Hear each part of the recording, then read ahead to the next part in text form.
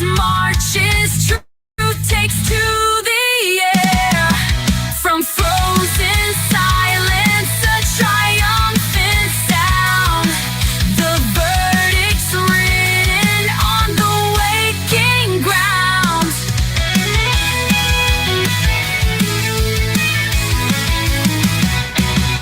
The witness stand, a garden newly tilled.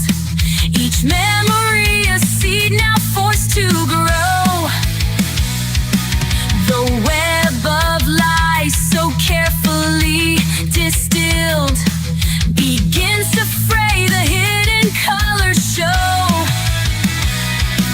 The spring equinox brings the scales to bear. Justice marches, truth takes to the air. From frozen silence, a triumphant sound. The verdict's written on the waking ground.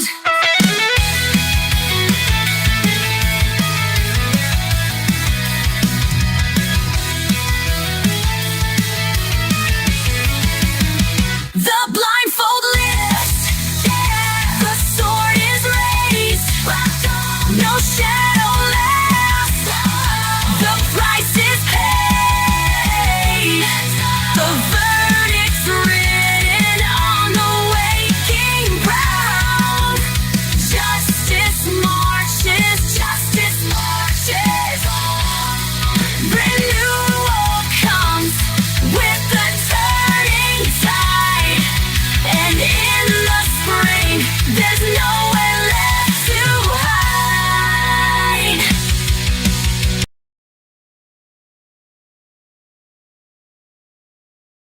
All right. Happy Friday. We made it to Friday, March the 6th, and this is our birthday month.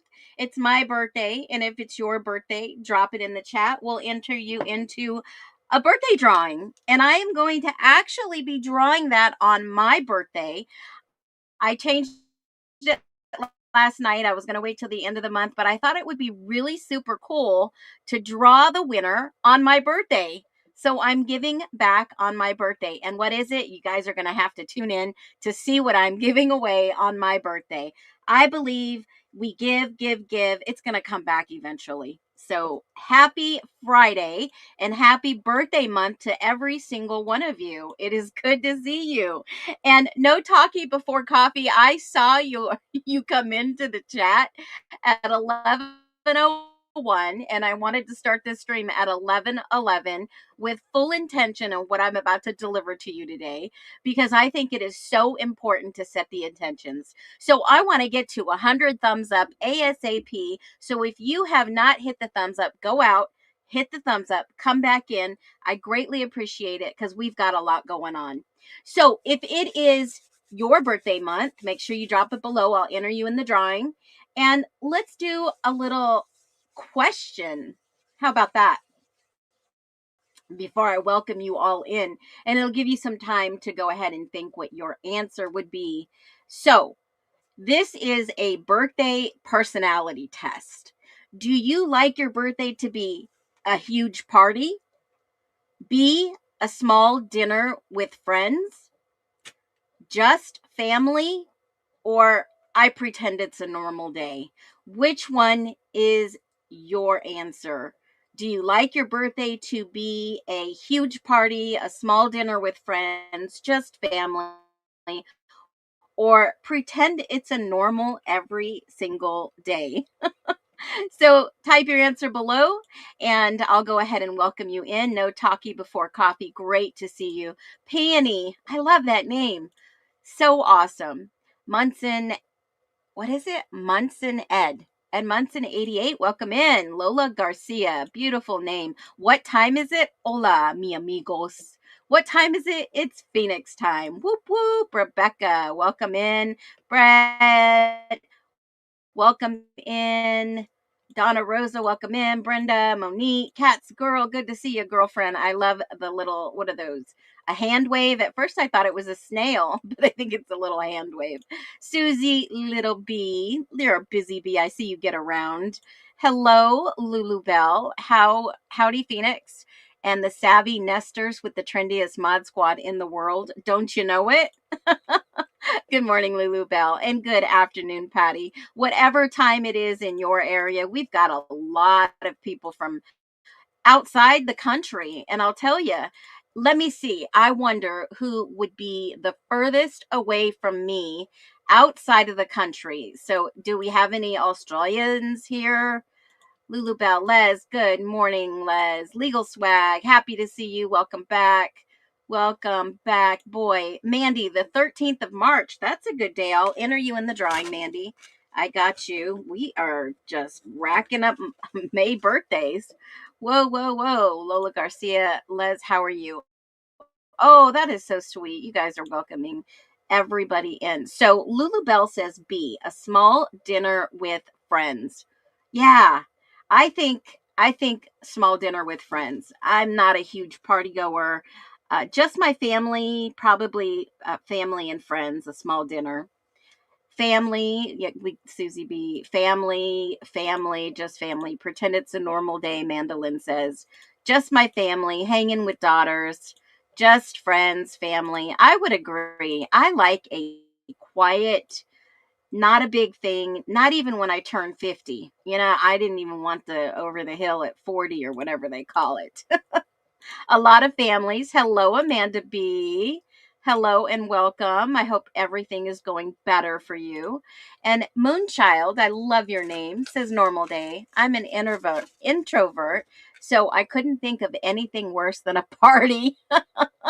Well, how about a party online? Because we are all going to celebrate on the 20th. I will tell you, I think, and let me just double check with that. I didn't even look at my calendar. Let me just see. And if you've never been to a live, it's totally unscripted, impromptu. March 20th is my birthday. So, yes, I will be celebrating my birthday this year on the very day I was actually born. I was born on a Friday, and my birthday falls on a Friday this year. So, whoop, whoop, we're going to have a party online. So, you are my closest friends, and I'll bring a little small lunch maybe. I'm doing good, Anita D. Thank you so much for asking. Scotland, George Stewart. Whoa, Scotland. Okay, you might win today. Phoenix, I check out many for many reasons. I hear you, girl. I get it. And welcome in. If you have thought about becoming a member, I would definitely do it. I have got some amazing things I'm dropping. I'm going to be dropping a lot of videos that I've been working on. If you've noticed, I haven't been on the TikTok streets as much. And I have got some bomb freaking shells to share with you in this Idaho 4 case still. So I am Phoenix. I'm your host today at Phoenix Talks.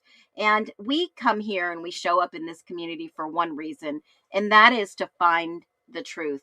We challenge the narratives that the mainstream media have given us, basically shoved down our throats. We're not buying it. We're saving our money. We're saving it for birthday month. So we demand clarity and we never stop asking questions. If that's you, and it sounds like I just described you, thank you for being part of this mission, because it has been a mission, a no paid full time now. Even though I do a couple of streams here and there a week, research is a full-time freaking job. And when you start researching and watching videos and audio and reading court documents and ISP documents and looking at pictures and seeing a bigger picture to all this charade, in my humble opinion, that we've seen in the Idaho 4, it becomes very apparent the truth has been hidden for a purpose, for a reason. So let's do this. I am going to ask you a question about the Idaho 4, and I want to see how many of you respond. We've got 63 in here. I don't know how many have hit the button. So let's do this. Did you know that there is more exculpatory evidence that will possibly exonerate Brian Koberger in the Idaho 4 case? Did you know? Drop a 1. There is more that I bet Ann Taylor couldn't even get to. And they knew. And Les says, this is where I call, Susie Little B says, this is where I call home no matter where I roam. I love it. You are a rhymer. And Les says, we just need one more subscriber to hit 7K. No joke. Are you serious? Wow.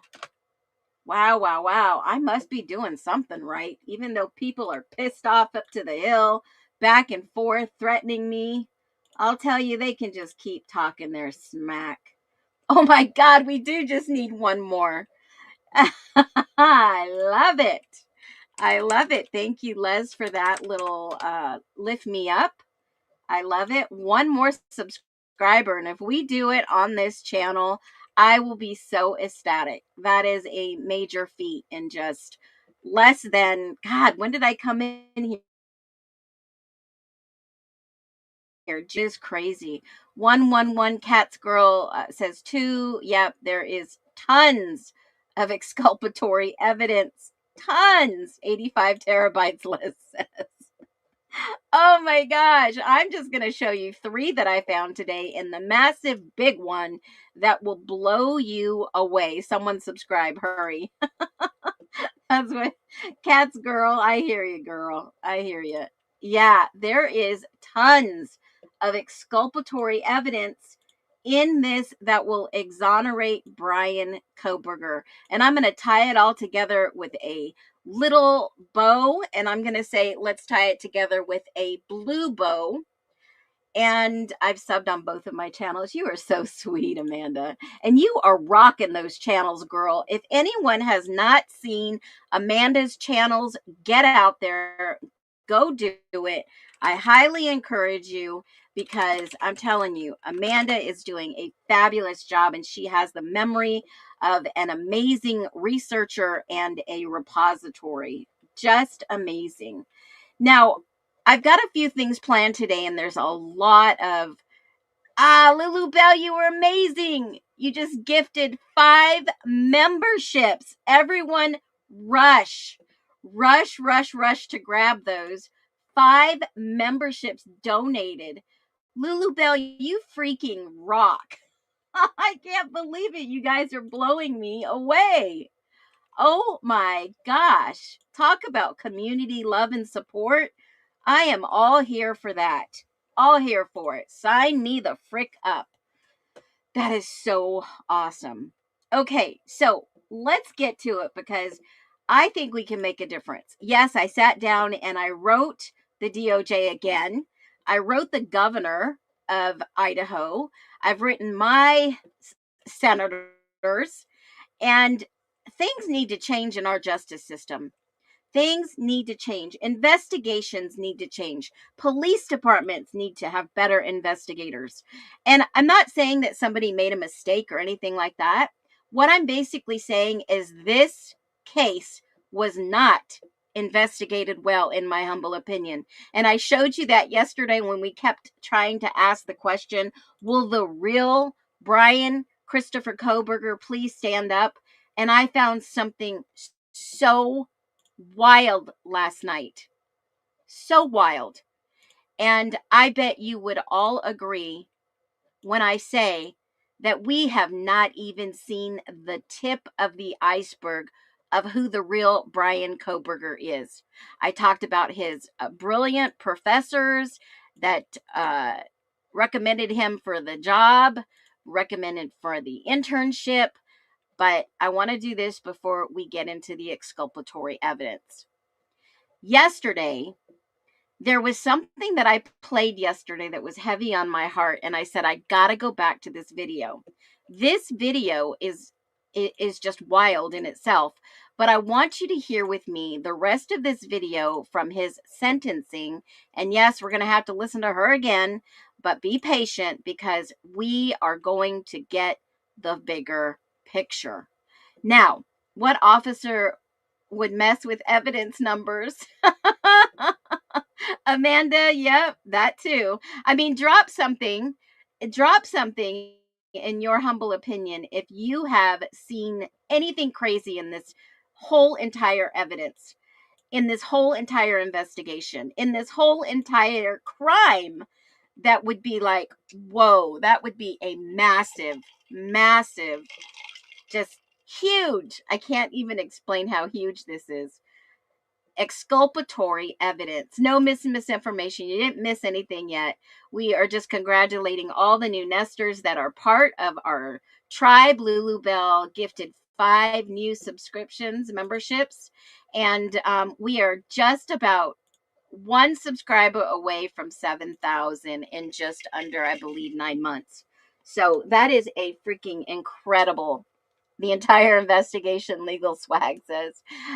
Yeah, just name one thing. Officer mess with evidence, the entire investigation. And some of you were just coming in and catching up to the questions that I asked this morning. So welcome to the nest. Welcome, all you little nesters. So I'm going to put this up. We're going to listen to this just for 1 second, and then I'm going to get into the exculpatory evidence. I mean, I've only found a few, but I'm going to show you the massive one. Because they have reserved seats. Still to come, how much did we get right about the Idaho killings? And how much did we get wrong? With a gag order in place. How much did we get right? And how much did we get wrong? I cannot believe she asked and posed that question. Now, I've seen some of these people come in and out of the house. They have booties on. Some of them didn't with the body cams, but look at this. Speculation ran amok in the reporting on this case. False accusations ruined lives. An ex-boyfriend was branded a killer. There were even reports the victim's IDs were found in the Coburger home in Pennsylvania. We are pulling back the curtain on all the mistakes and the misguided conspiracies. Next.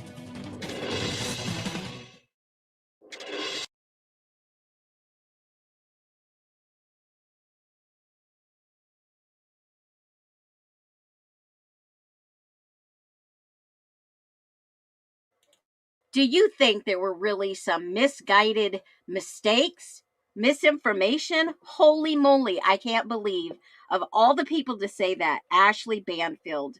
Wow. Just wow. But I also have to say, whoa.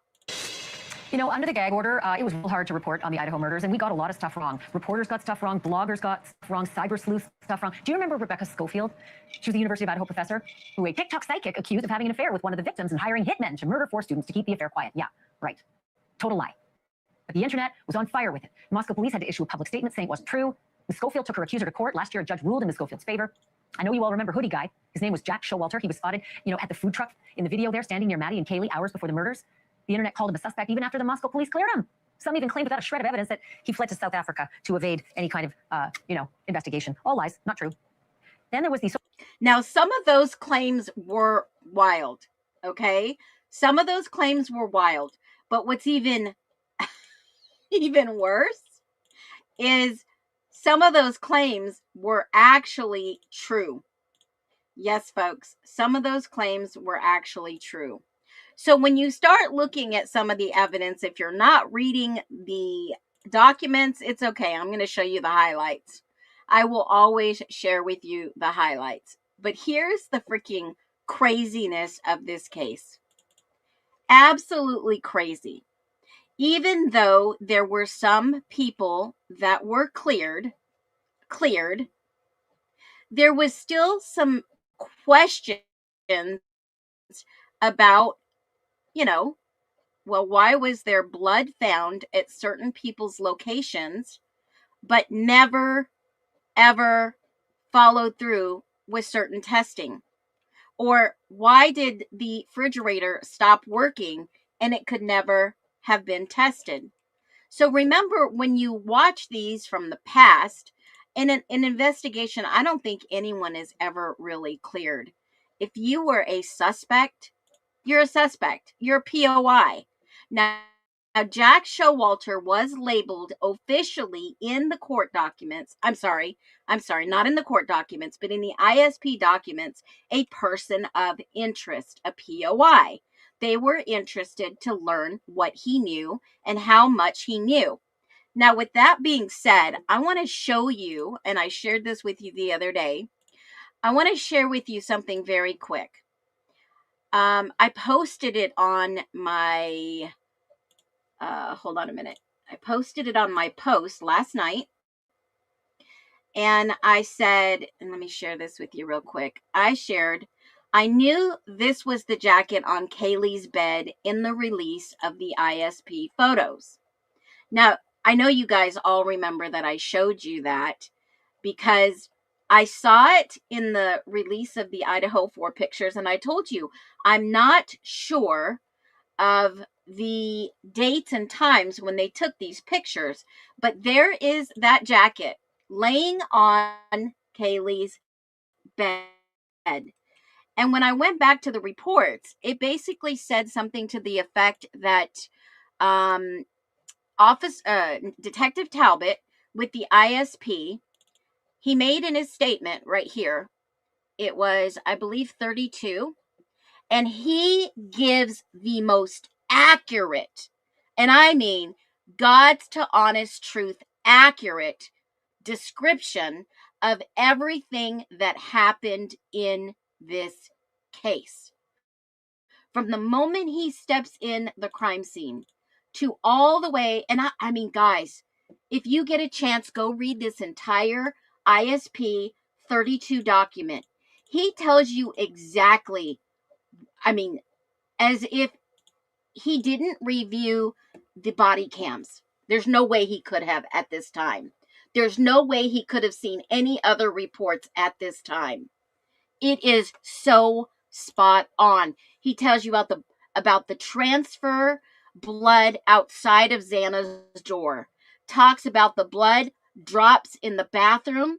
Talks about the blood smears and the cast off on the wall walking into Xana's room. He talks about all the evidence that other people have overlooked. And when I say overlooked, I don't mean just tested. I mean he documents very clearly. More red stains on the wall above the first and second floor staircase. Stains consistent with cast off appear to be blood. This is even before all these other reports come out. This is Jeffrey Talbot. He was on the witness list. Okay. He goes by Jeff. He's right here on the witness list. Let me see if I can share this. Here we go. Right here on the witness list. Right there. Jeff Talbot. And who is Jeff? ISP. He gave a very accurate description. ISP 32, which we'll go back to right now. But in the document that I've highlighted real quick for you, 32, ISP 32, you guys want to see some great investigative reporting, that is where you need to go. Okay? Now, he puts on I can probably show you the actual document itself. I highlighted it just to give it up there. And let me show you real quick. Here it is. That's a better right there. Okay. As I walked up south stairs that switch back to the north, I saw on the center wall banister were red colored liquid smears. They appeared to be blood smears. At the top of the stairs was a small hallway. Directly to the left, west, he correctly describes the entire house. He is probably one of the only ones that I've seen describe it so clearly. West was a bedroom, Kaylee's. The bedroom was clean with the bed unmade and a black colored coat laying on the left side when looking from the foot of the bed. Partially behind the door on the north wall was a dog kennel. There didn't appear to be any blood inside the room. Of course not, because Kaylee probably, in my humble opinion, from the release of the 04 documents, these pictures, right? It was behind the dog kennel, right there. Behind the dog kennel. So if this was Maddie's jacket, that obviously Mama G, right, Christy, is saying that she's going to return this jacket to Karen, Maddie's mom, whose jacket was that? Didn't they say that that was Jack Showalter's jacket that he let her borrow at an extra large? What? I can't believe this. If nobody's seen that post that I made last night, here is what the post looked like. Okay? It basically said, let me grab it. Let me put it up here for you. This blew my mind last night. All right. Mama G basically says the mysterious jacket that Maddie was wearing, at one point, I think everyone asked whose jacket was Maddie wearing. This is huge. So we all know it did not belong to her. Check. Well, I still don't know whose jacket it is, but I have found the jacket. I had one last box to go through of Kaylee's, and inside this jacket was a big old black jacket. I took it out holding it up by the hood above my head. I could barely keep the bottom from touching the ground. I thought, what the heck? And looked inside for the size. It was an extra large. Whoa. Whoa, that's a huge jacket, guys. As I was looking at it, it suddenly hit me. Oh my gosh, this is the jacket that Maddie was wearing. Obviously, at the Grub truck, we've seen those pictures. I instantly started going through the pockets, and what I found initially confused me. And then at the time, it hit me exactly what it was. I couldn't help but cry. And I could feel that. Not sure how it got there, but I know without a doubt Maddie was wearing this jacket that night. I will be giving it to Karen. Karen is Maddie's mom's name. I will post pictures to see if anyone gets it. Now, here is the wild thing. They ordered carbonara. And I scoured the internet looking for the carbonara food. And, you know, Eric Gower said that Maddie was eating in the back seat of his car and she was making a mess. So that seemed to me it was true. And if there was, and she was like, oh, I'll clean it up and then maybe just threw it in the pocket. It's dry mac and cheese. So they're saying that this is dry mac and cheese from the Grub truck. Now, they had an open box of mac and cheese in the kitchen. Yeah, they did. This looks like professional pasta. It doesn't look like something you would get out of a Kraft mac and cheese box, in my humble opinion. I know that Annie's is probably a little bit more upscale than that, but I don't think it was the mac and cheese from the actual kitchen, because that mac and cheese, I don't even know if it was even made. The cheese looked like it was on the counter. So we can only assume and speculate here. That's all we're doing. But when I saw this, I thought, whoa, that's interesting. Whose extra large jacket is that? I don't think that Jack Showalter was an extra large. And if so, why would he be wearing an extra large jacket? Now, I know it's cold. People bundle up, and that would maybe be an outer raincoat or something like. This didn't look like it was keeping Maddie very warm that night either. You know, there are some great comments on the page. It's the Gonzalez family page on the book face.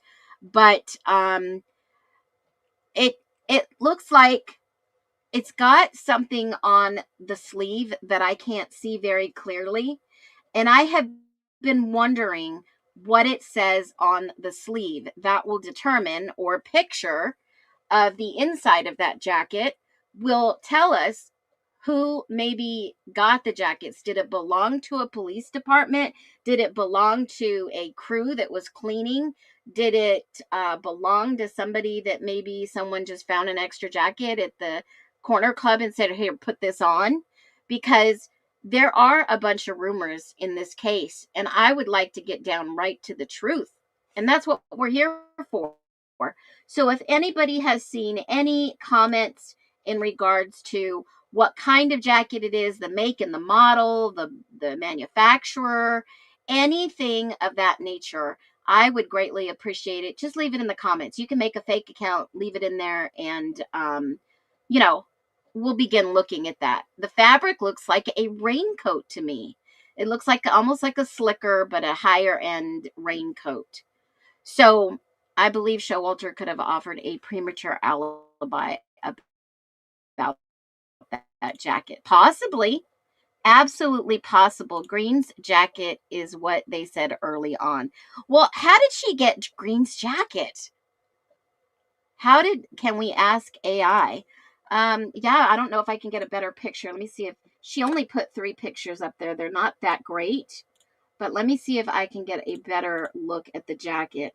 And I thought it said Oakley on it, but my eyes aren't that great. And that's what reminded me. Let me go grab my glasses. Hold on.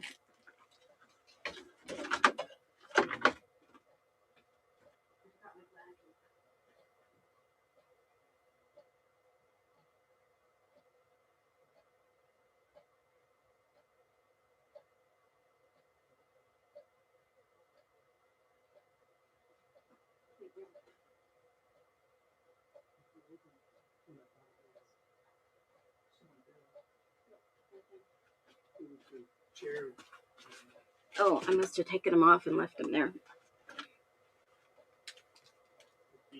Look around. They're green. Okay. All right. I had to enlist help to find my glasses. I must have took them off somewhere. Dang it. My computer glasses. Okay. So, all right. Let me see if I can indeed see if this is club owner's jacket. See, that's what I was thinking, that maybe someone, excuse me.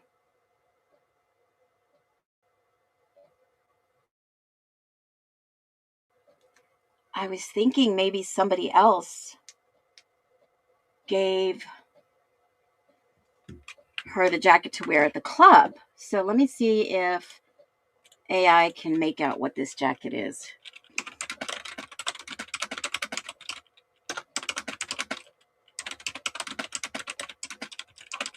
If you've never been on a Phoenix Live, yes, I'm typing as fast as I can. I'm sorry if you don't like that noise. I don't usually type as much unless we are doing a live dig. And I guess this is turning into a live dig right now. So I can't determine the exact manufacturer and made. It looks like to be thank you for my glasses, honey. It appears to be a long black coat, possibly a trench coat, a long rain shell coat, or a technical parka shell. It looks like matte and lightweight fabric, nylon or polyester shell. A clear brand label inside the collar is what I need. Okay, that's exactly what I said. Wow. Okay, so that is the coat. And that is, so I went everywhere looking, and if somebody finds the picture, great. It looks like identical to a Columbia one. Well, on the sleeve, let me grab this picture. And on this sleeve, you can kind of see a little bit of what it says down here. Let me see if I can zoom in. I don't think it says Columbia. Let me see if I can get a bigger, better picture. I tried everywhere looking for I thought it said Oakley. It looks like it starts with an O. O'Neill? Oh, I bet you it's O'Neill. Hold on.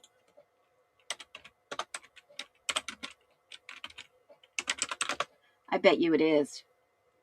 I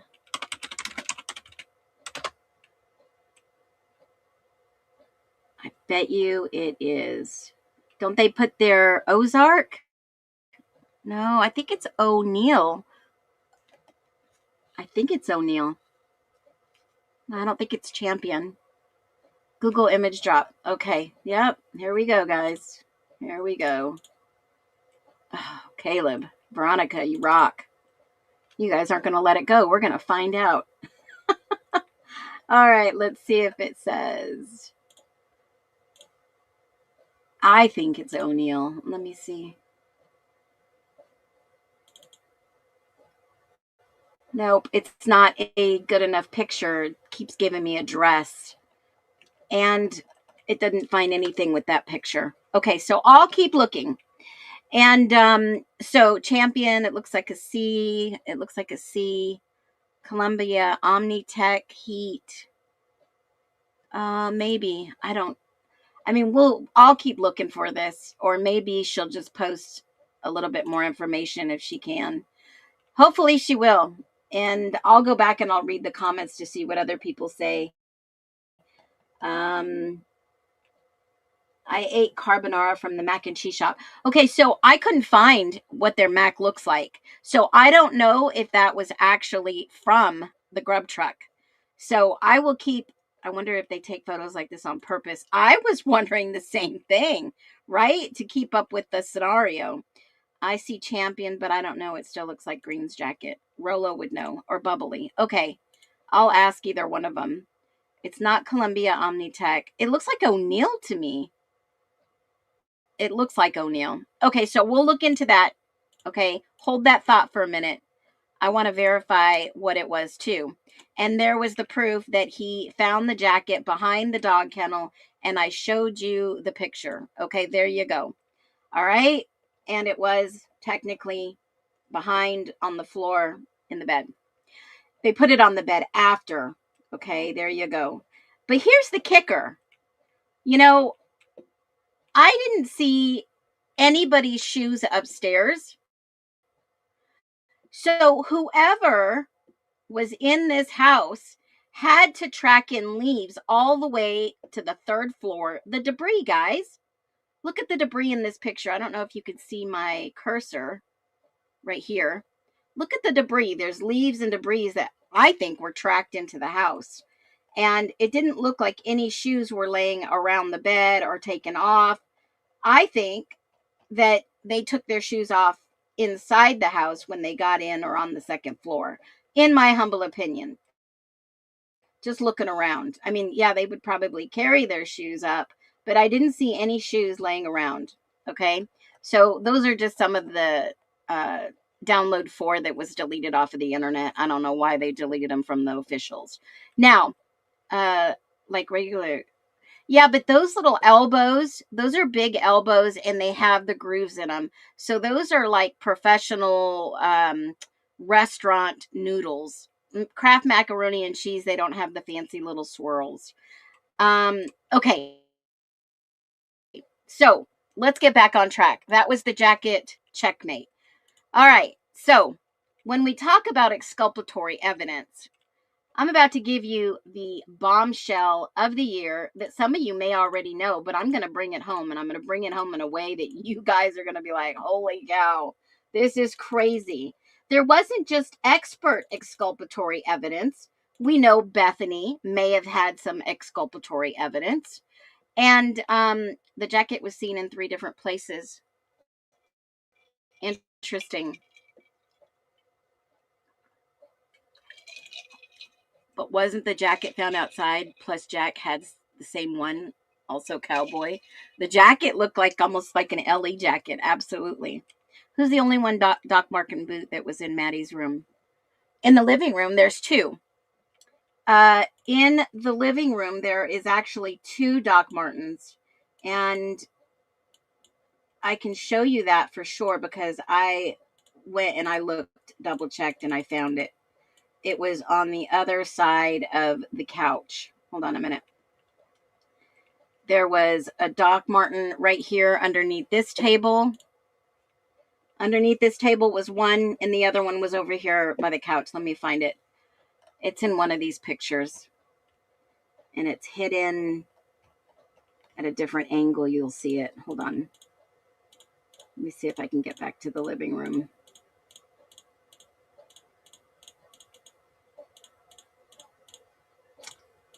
Come on.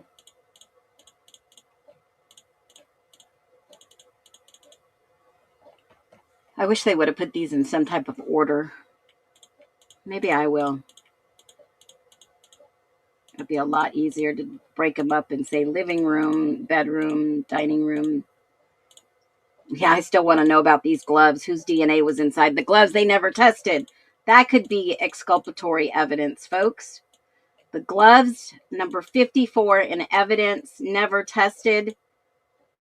Jeez, I'll tell you. It's wild. Come on, living room. And if we're live and, yeah, here we go. Sometimes these live digs can take time, so here it is. There was a Doc Martin right underneath here on this pillow. Let me see if I could get a better picture. Where are you? It's back here underneath this pillow. I don't know if you could see it.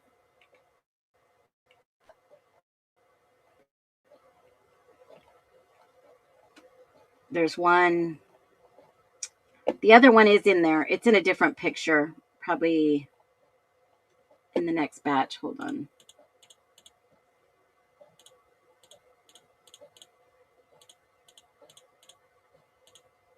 Yeah, I went on a wild goose chase. It's in the front room underneath the back pillow.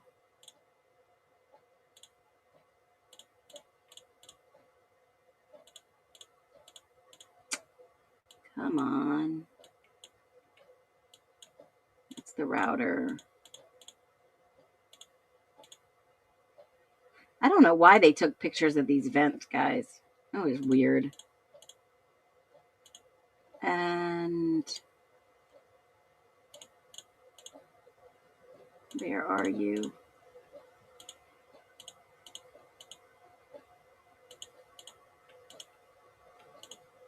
Come on. It's in there, believe me. Right over here. There is the other Doc Martin. All right. So when we start looking at exculpatory evidence, does everybody understand what exculpatory evidence is? It's basically evidence that can exonerate an individual. And basically, there was a pair in the spare bedroom where the coat was at. Yeah, there was. Okay, they all own Doc Martens. Yeah, they all pretty much wear them. I've seen, with rolls of plastic. Where's a picture of Carbonara? Okay, so I went to the Grub truck, Moscow, Idaho, and you can see some of their food. But I looked everywhere for carbonara, and it is not on their menu. So this is one of the pictures right here. That is the macaroni and cheese that was in that jacket. Okay, but I don't see carbonara. Could the coat be Cabela's? It could be. I mean, that's a big store out there in Boise and Moscow. It could be. So I have a 2700 crime scene photo dump. I can check it out. That is the carbonara. Whoops. That is the mac and cheese that they do use. That is the shells. Okay. But here's the deal. I don't see carbonara on their menu anywhere. And it just kicked me out. I don't see it on their menu anywhere. There are plenty of images of the actual mac and cheese out there, and that is the shell. But I mean, sometimes vendors will use different spaghetti, pasta noodles, mac noodles for different dishes. So I guess they use the same one, all the elbow macaroni, but they don't specify what kind of noodles they use for carbonara. And yeah, it might have been the special that night, but I don't know if they still use the elbow macaroni. And that's what I wanted to know. I mean, I can call them and ask them to send me a picture of what they make when they make, what noodles they use when they make carbonara. But if it was a special and they don't do it anymore, I don't think we'll ever really know. I mean, the mac and truck looks good. It's rated one of the best in Moscow. And I don't know about you, but I'm just not that much of a pasta lover. We'll all pay $10 for a bowl of pasta like that. I would rather make it myself. I make my pasta on my own. I know what goes in it. I can, do it that way. But if it was special, it's only coming from my house if it's special. Okay. Carbonara sauce. I don't even know what they use. Is it just the sauce? I don't know. But I mean, I could make homemade noodles in, a couple of hours and let it dry out, or make it fresh and then make whatever topping I want on that. They put a little bit of peanut butter in. That was the special. So I don't know if that was the noodles or not, but it just sounds like they might. Was carbonara rotating special? They repeat specials. Good question. Yeah, I don't know. Special items are not on the menu, Perlez. She's right. And it does look like that's the kind of noodles that they do use. So you can't pay me $1 million to eat Grub truck food. No, me neither. I mean, if I'm in a bind, I'll just order some protein. I won't order any carbs, not like that. But that's me. And I'm not saying that it's okay if you eat them. That's your choice, free will. But for me, that I don't know, that would just really upset my stomach. Okay, so I prefer you, Phoenix. $10 for mac and cheese. Yeah. How did they afford that in college? I don't know, but she thought she had a free one that night. But yeah, I looked everywhere just to find a picture of it. And this is the Wandering Kitchen. Those are the noodles. I mean, you can go out and check it out. Okay, so is that exculpatory evidence? No, but I'm just saying if they didn't check that, I mean, did they check the jacket for any blood? Obviously, they said there was no blood in the room, but the jacket was on the bed.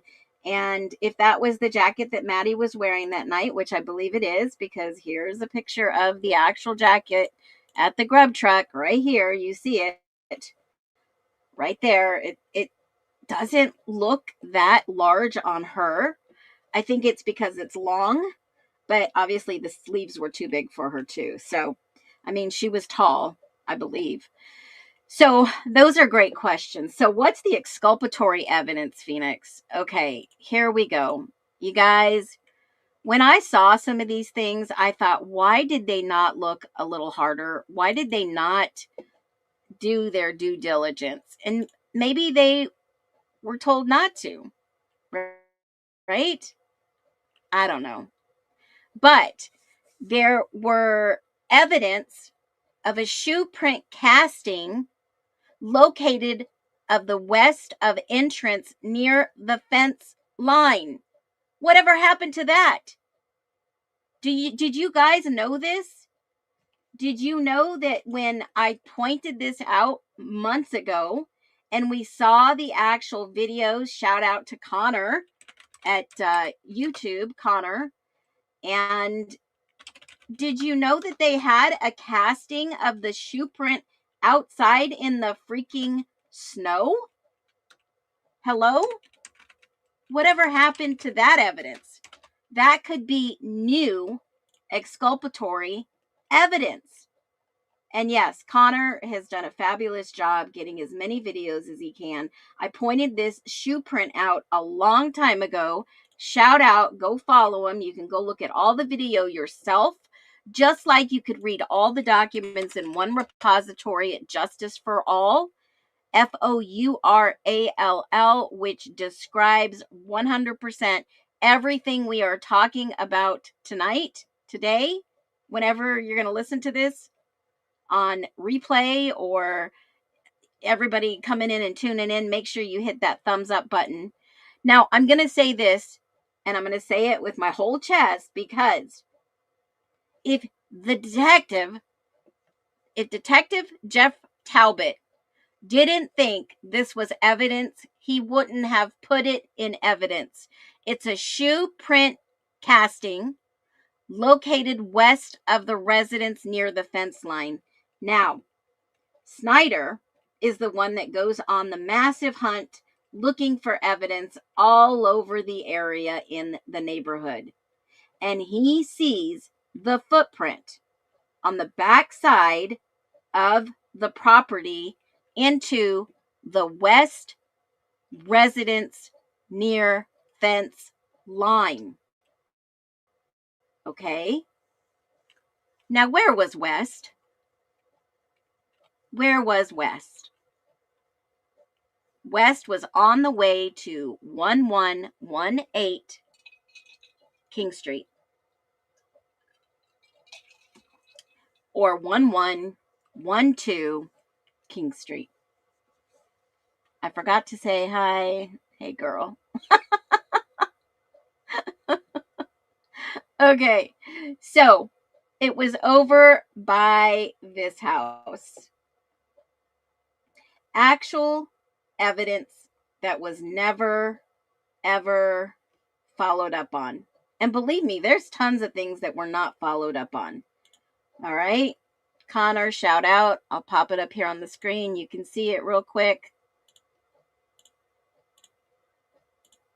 How about that? That's just one. Just one. There's plenty more.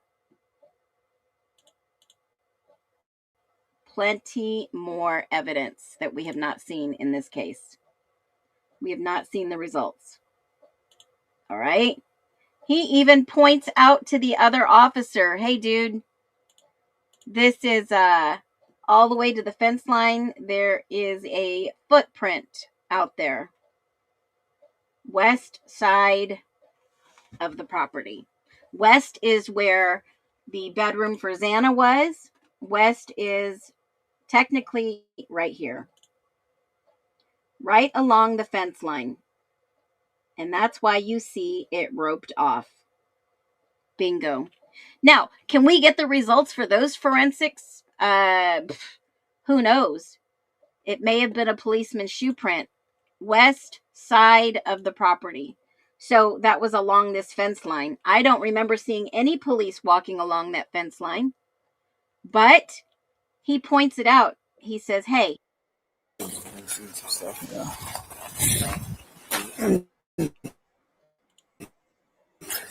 see if everybody recognizes. I'm going to go try to see if everybody recognizes all these cars in here. Okay. Obviously, We're going to have to start. We'll wait. There's a footprint that comes down right where I tied it. Well, we don't want to walk up in the snow. I kind of. Can you guys hear it that? comes right here, right where that rock right there, and it angles down that way. I didn't get a picture of it.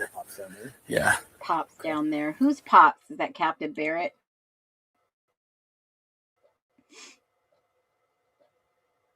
Down the fence line. Okay, so, there's a couple of other places where there might be exculpatory evidence. And when you start looking at the evidence and why it was never tested or whatever happened to it, this is the big one.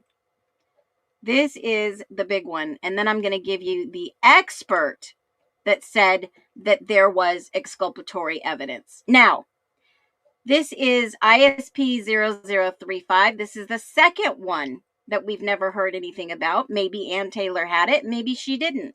But I'm going to ask if I can get this exhibit. They're probably going to tell me no due to privacy. This exhibit was on ISP 35. And this, yet again, 35 was very important to this case. I'll share the actual document. MPD on November 13th, 12/22, MPD requested that I and two other investigators come on the scene. And this is Detective Talbot. Again, a senior detective Talbot. He's the lead crime scene investigator for ISP. Okay? And he basically goes in there on November 19th, 2022. I had to go back and return to 1122 King Road for processing. About 5:24 p.m., I resealed the front door and left the scene. MPD remained at the scene outside the residence. But on or about November 20th, at 8:16 a.m., I returned. About 8 a.m., Hugh Powell, another detective, and ISP trooper Kristen Noah arrived on scene to assist. What were they going to assist with? Yep, hit that button. Hit that button, y'all. If you're just joining us, welcome in. So he says he has to go and get some of the evidence with numbered placards, and he photographed the exhibits. The following evidence was recorded and or collected. And the main one here that I want you to take note of is what? Exhibit 79. Exhibit 79. Handwritten note located inside clear plastic tote of upper shelf in closet of floor 2 east bedroom. I would love to know what was in Dylan's upper shelf closet. Inside a plastic tote was a handwritten note. East bedroom, second floor, was her bedroom. Hypothetically, speculative, of course, I wonder if that was the note that was given to Kaylee at the Grub truck. What do y'all think? Would that be exculpatory evidence? I wonder if that was the handwritten note, and whose handwritten note was it? Why was it in a clear plastic tote if it was the note on the second floor shelf, east bedroom? Wow. You know, when I started looking at the pictures that they released and dropped and erased from the internet, I wondered to myself, what were they looking for in Dylan's bedroom? What were they looking for? Because they went through everything and they found a handwritten note in a tote. Could that be exculpatory evidence? Did Anne get that note? Did she get a copy of that note? I wonder. Because they went through a lot of stuff. Exactly. Why was that note so important it was stored in there? Is that the note on the bed? I would love to see the note. I would love to see the note. I'll ask for it, but I'm sure they're going to say it can't be released. Up in the tote, second floor closet. And yes, why did she have a Washington ID, or whose Washington ID was that? And why was there a Washington bank? I mean, I know Moscow's close, but was she a prior resident of Washington? I don't know. Okay, so, I mean, I can go through all these. Second floor, top of the closet, in a tote. So as you'll see, her closet's coming up.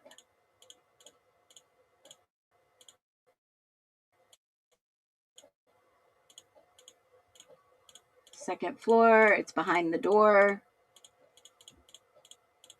And they went through all her stuff. Odd. Tote up there on the right-hand side, or in the bottom of here. It said clear plastic tote, so it had to have been the one in the closet up here.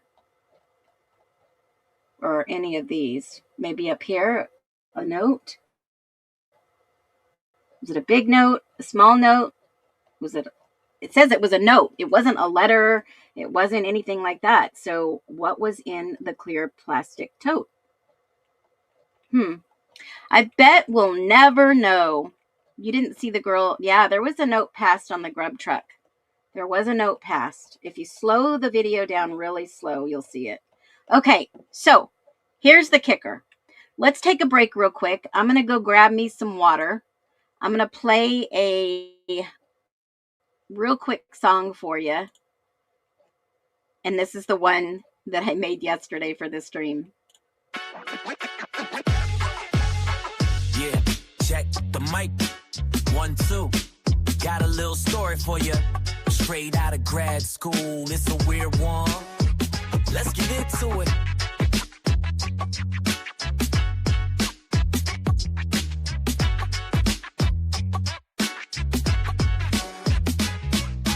PhD dreams, criminology scenes, thinking about the criminal mind and what it all means. Reading about the motives, the passions, the rage, putting all your little theories down on the page. Staring at the screen with some dead looking eyes. Guess you thought your own research was the perfect disguise. Oh, you thought you were clever, a mastermind plotter. That you were clever, a mastermind plotter. Just a PhD student getting hotter and hotter. Left a trail of breadcrumbs, a digital screen, waking up the whole world from your twisted little dream. Yeah, the case studies you when the class is in session. Front row seat to your own public confession.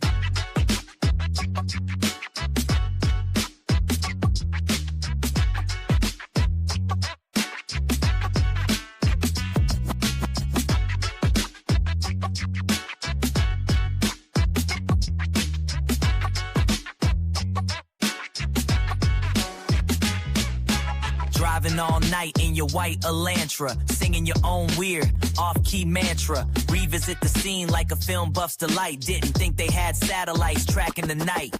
Cell phone pings, a rookie mistake for a guy who studies this stuff for goodness sake. Oh, you thought you were clever, a mastermind plotter. You were clever, a mastermind plotter. Just a PhD student getting hotter and hotter. Left a trail of breadcrumbs, a digital stream, waking up the whole world from your twisted little dream. Yeah, the case studies you when the class is in session. Front row seat to your own public confession.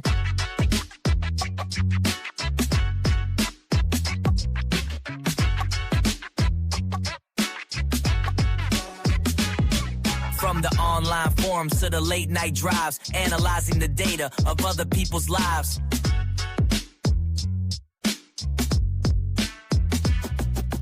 Felt that disconnect, that empty space inside, but the evidence, my friend, has nowhere left to hide. The ultimate thesis on your own damn fall. Now you're just another picture pinned up on the wall. Hold up, wait a minute, the plot just got thicker. Turns out Professor Fraying moved a little quicker. He had the motive, he planted the clues. Our PhD student instant singing the blues. Class dismissed.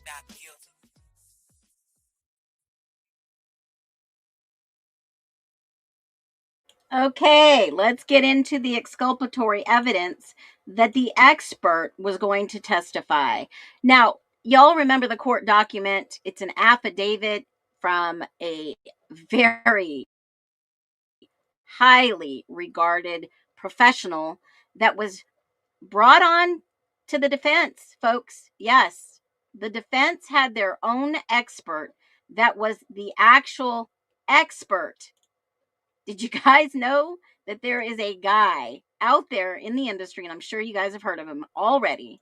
His name is Cy Ray, and I'm sure you've heard about what Judge Hippler said about this expert in the field. He is the expert to the police. He is the expert to law enforcement. He is the founder of ZX Corp. He's the lead RF engineer for 102 Technologies.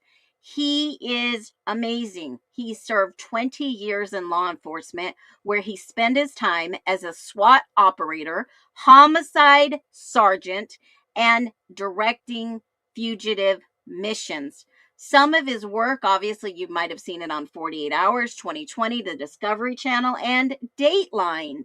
And he talks about his investigative and technological experience. He did spend time in Afghanistan. He was a field advisor for an undercover team targeting IEDs. Those are basically BOMBS. All right. Now, He was the expert of experts, and he made a software to cellular geolocation mapping, analysis, and training, which is huge. It's what LE uses. It's what the FBI sometimes use. And he designed this software. He leads the industry, folks.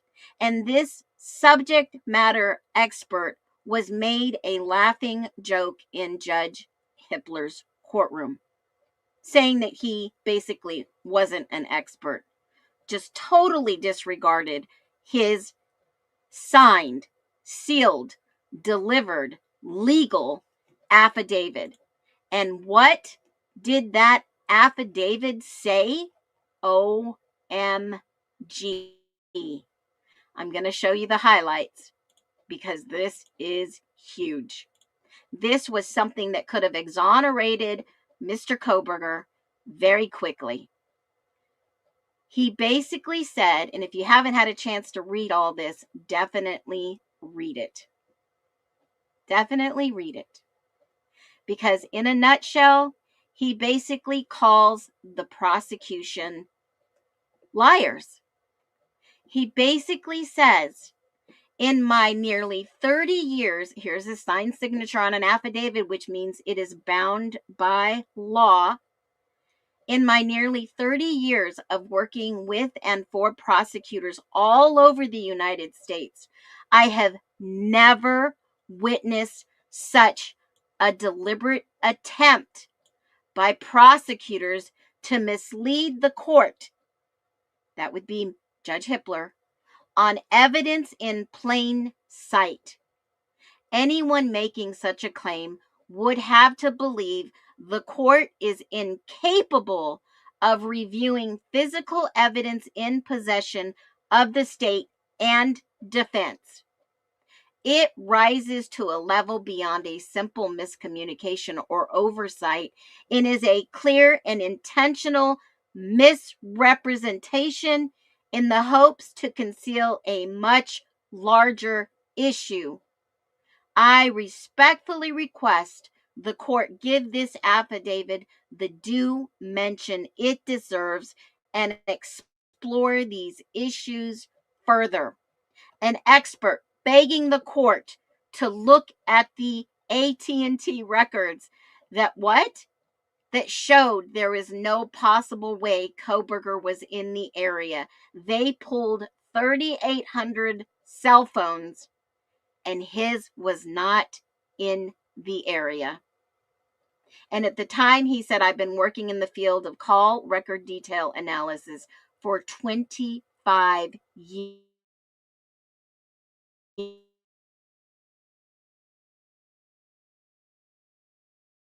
AT&T records in 1997. A role for 20 years as a detective in hundreds of death investigations, consulted over 1,000 homicide cases in my career, gained extensive experience. He goes on to say that basically 3,800 devices were in that area. And they didn't pull any of those other records that were closer. 2 victims had AT&T phones. Law enforcement obtained AT&T timing on both of their phones. 2 victims. 2 victims. Didn't ask for the other 2. Said the advanced timing records was obtained by the FBI. That should have been enough exculpatory evidence to prove Kohberger was not in the area. And basically, Sergeant Balance, who has a really good relationship with Detective Payne, allegedly, knew this. Remember, they worked hand in hand. So how did Brian Kohberger's name come up from the FBI? How? 3,800 mobile devices How did they not take this as exculpatory evidence? How could they not go find out whose phones were in and around there? But here's the kicker.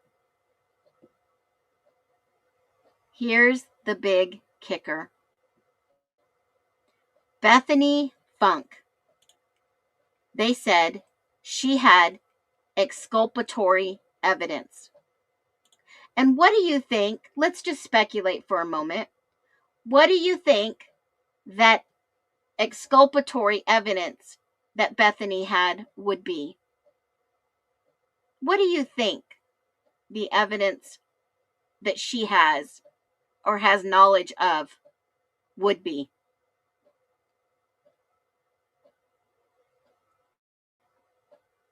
I want to see what you guys think about this. Very curious to see what we as a nest think about this evidence now. Everything you've heard and seen in this case, every little rumor they have tried to throw you off the course, every tiny bit of statements that you see. What did Bethany know? I think, in my humble opinion, Bethany could have not placed Brian Koberger at the scene of the crime. And that was 100% exculpatory evidence. I believe this too, Cat's girl. Everything we've seen in documentation, everything that we've seen, court records, filings, exactly. I think, in my humble opinion, she could not place Brian Koberger there. But Bethany knows 100%, in my humble opinion, what happened. She knew what happened. Because remember what I told you a long time ago, according to the records?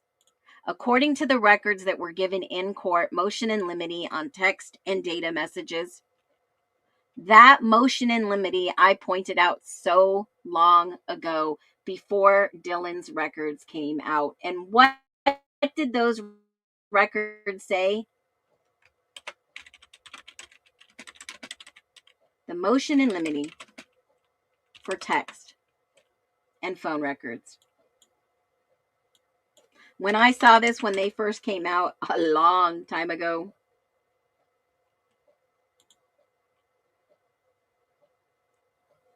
it was very clear. Exhibit 1A. Who called Dylan? Do you guys remember? Who called Dylan?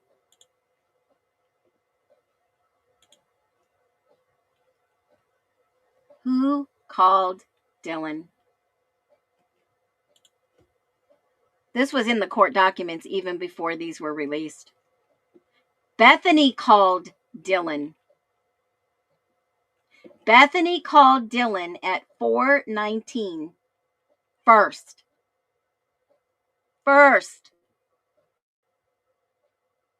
So if Bethany saw this and Dylan answered, Dylan, obviously, we know this now, was awake. Dylan was awake and answered her phone. Even if Bethany was woke up because she saw this flash of light, Dylan was already awake. Did Bethany hear everything above her going on? Did Bethany hear what was happening that prompted her to call Dylan on the second floor and say, yo, what's going on, girl? What is happening up there?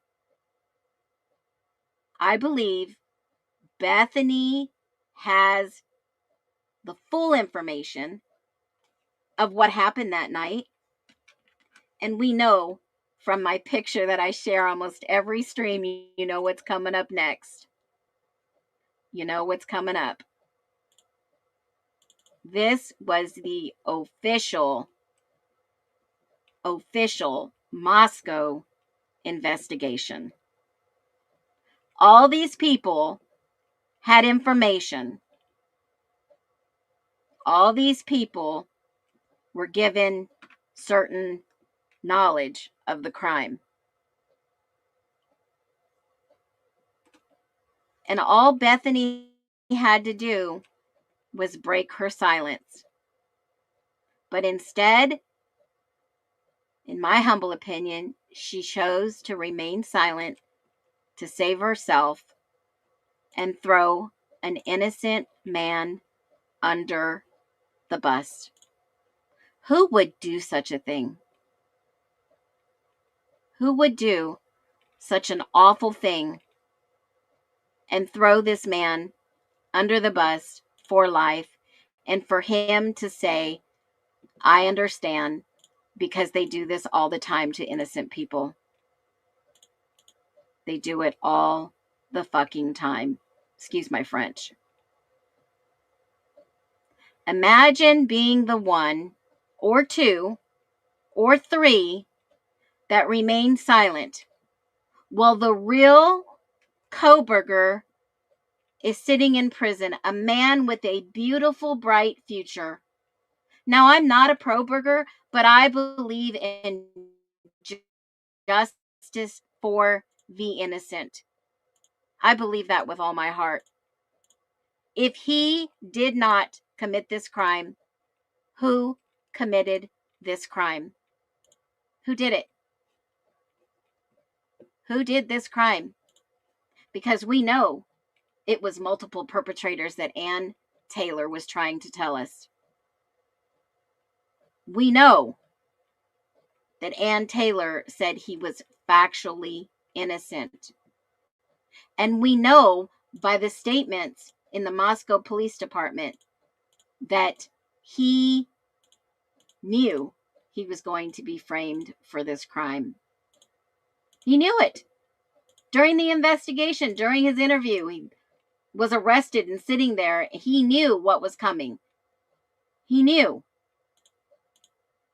I don't know how he knew.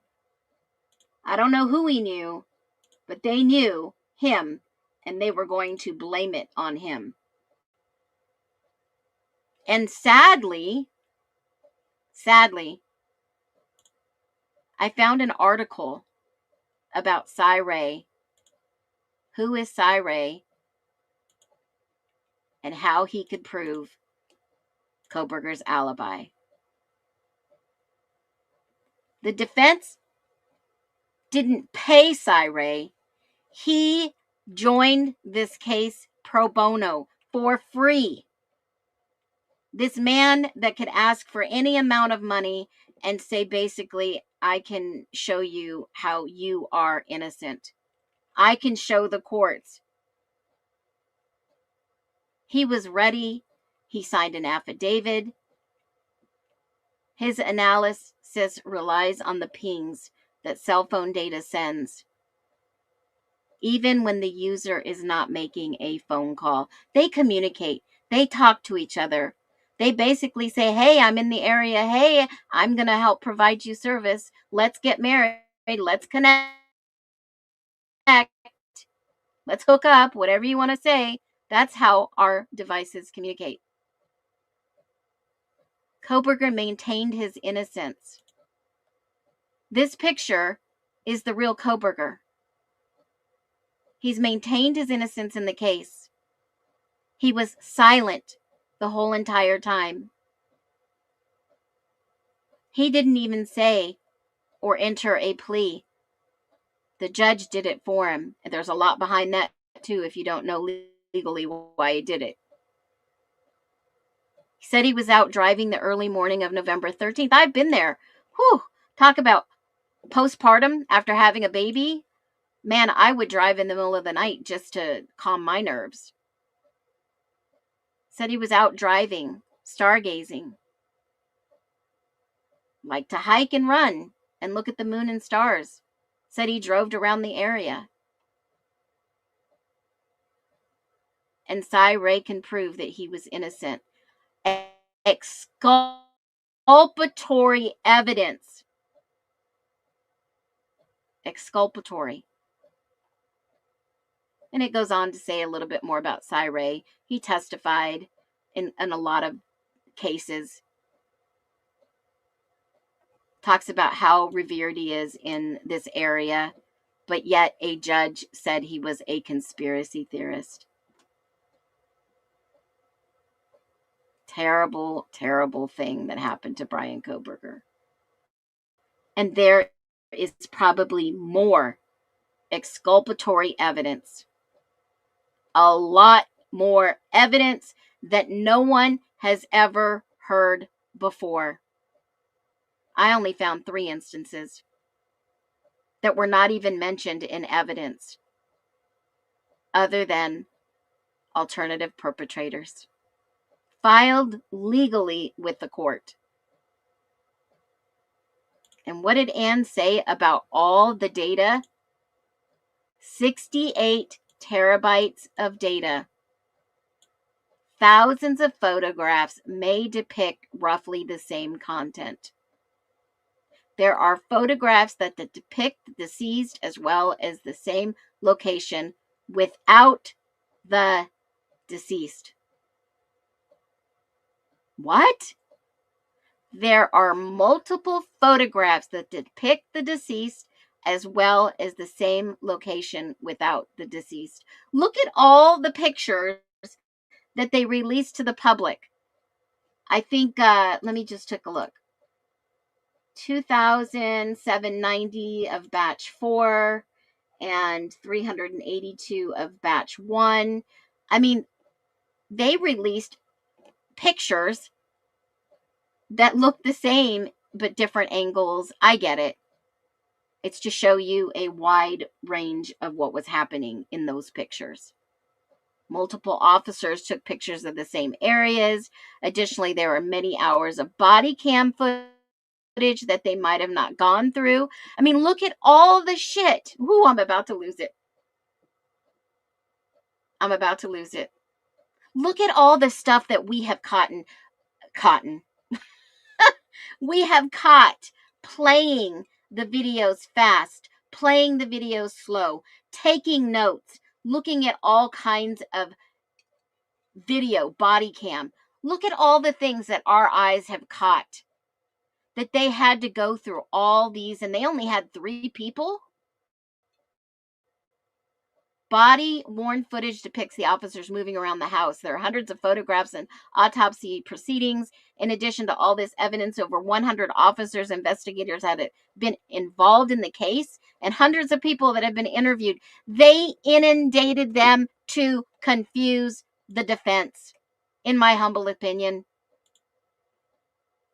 They wanted to make it overwhelming.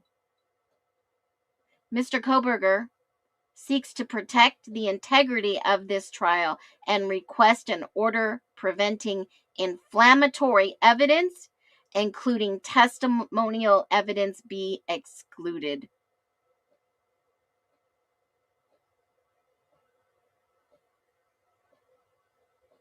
This is wild. Then she said multiple juries, just by being tried by the media, they would find him guilty.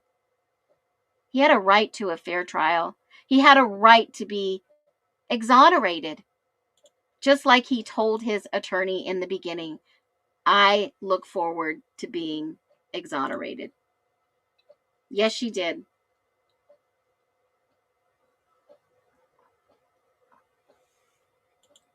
No idea how anyone with knowledge to see an innocent free can live with themselves. How could someone live with themselves? How?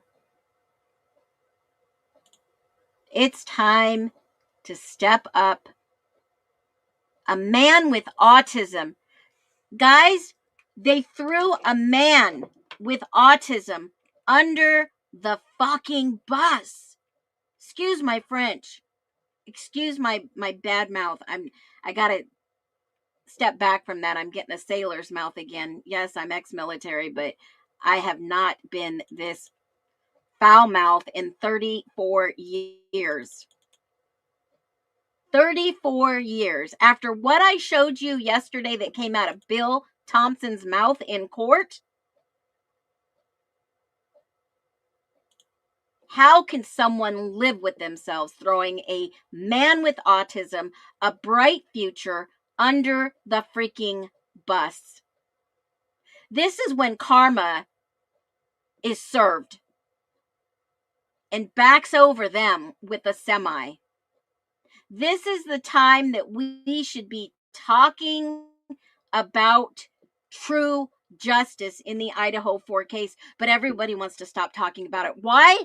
Because the families will lose the lawsuit against WSU, because WSU did an investigation and they found no wrongdoing by Kohberger. No wrongdoing, folks. No wrongdoing. None. Sorry, there was none. And in fact,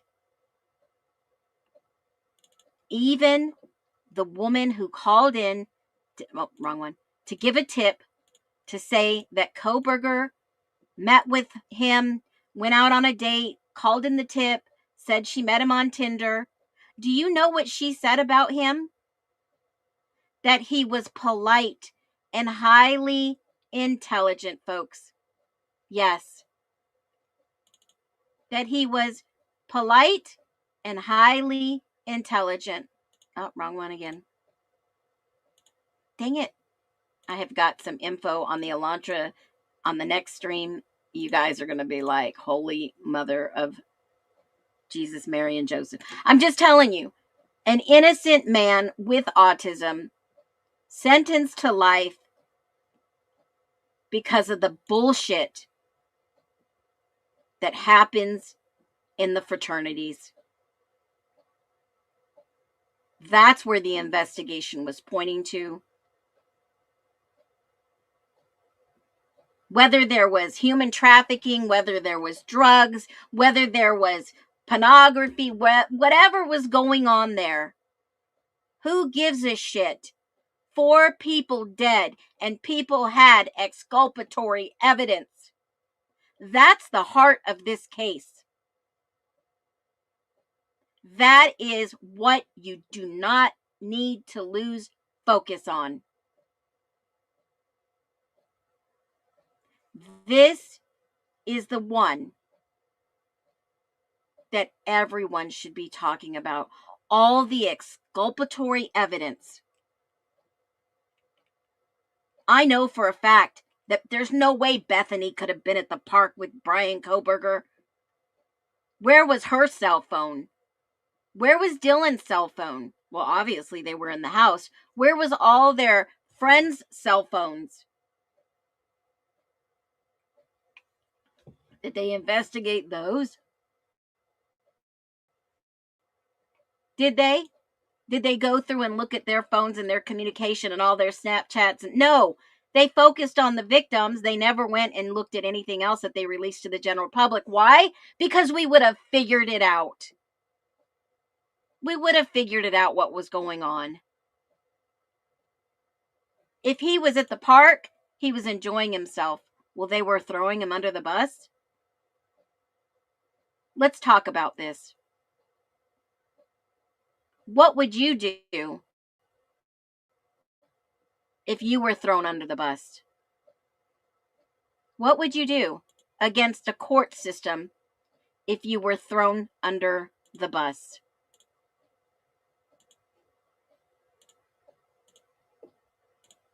Number one, I would definitely have a private attorney. I don't know how, but I would. Let's watch the rest of the video we started. So-called Uber driver. We and others reported that Kaylee and Maddie took an Uber home from the food truck because the police said so. I even spoke with a man who said he was the Uber driver. I spoke with his wife. And what he said over days of communications rang true until an affidavit revealed the name of the real Uber driver, and it wasn't an Uber driver, and it wasn't him. And then there was Kaylee Gonzalez's ex-boyfriend, Jack DeCur. Kaylee called Jack multiple times the night of the murders, but then TikTok and Reddit and several online forums all decided to name him a suspect. Conspiracy theories exploded. Eventually, Jack DeCur was cleared, not just by the Moscow police, but by the FBI, too. He was cleared. He was the number one suspect. There was never evidence that connected him to the murders. And in a poignant twist, he now... Whose footprint was that? cares for Kaylee's dog, Murphy. Then came David Barakoa, a frat brother of Ethan Chapin. He, too, became a wrongful target for his fraternity ties, and if you can believe it, because he had bushy eyebrows. He was innocent. And then there was the glove box mix-up. False reports claiming Koberger had the victim's ID cards in the glove box of his car. Nope. Would have been a real smoking gun, but it turns out those weren't the victim's IDs, and they weren't found in the glove box. They were found inside a glove, which was inside a box at Koberger's parents' house. Live and learn, right? But hopefully online sleuths and conspiracy theorists will do a little more of the learning. Why did Ashley never talk about the exculpatory evidence from Cy Ray? I would really love to know why she didn't. Why did none of the media talk about the exculpatory evidence? How in the world did everyone miss this? Yeah, Inked Mama. That was never even mentioned by Dylan, the bushy eyebrows. Never even mentioned. I'm not sure he has anything pinned on him if he's with the FBI or another branch. Ashley's eating Grow. Brian was particularly interested in the role of cloud forensics, landed an interview due to his showing he could somehow improve safety in the area. They wanted his thumb drives, hard drives, etc. Now, I could believe that, Agape Love 992. I could definitely believe that because, you know, experience tells me that when you work for a company or you work for a police department and you develop something and you are an employee of theirs, they have access to that intellectual data, that intellectual design, the intellectual development, and the rights to take that from you as an employer in some cases. And it's wild to me that if that was the goal, I think yesterday when I read that he was knowledgeable of Pullman and other police department projects. He knew too much. He knew of something. He knew something. He was smarter than all these agencies. People with autism can be very intelligent. A little awkward, I know from experience with my son. And what he was looking at Ann Taylor in the courtroom is exactly how my son looks at me when he doesn't understand something. How could an individual throw him under the bus? How could they have thrown him under the bus? It's almost seems like they wanted to teach him a lesson. Well, he wanted to do policing and they didn't let him. He had a scanner. He was watching everything that was happening in the area. He was studying the crime. Absolutely. The man who knew too much. Who was looking for a thumb drive? Now, I started my stream at 11:11. Does anybody know what 11:11 means?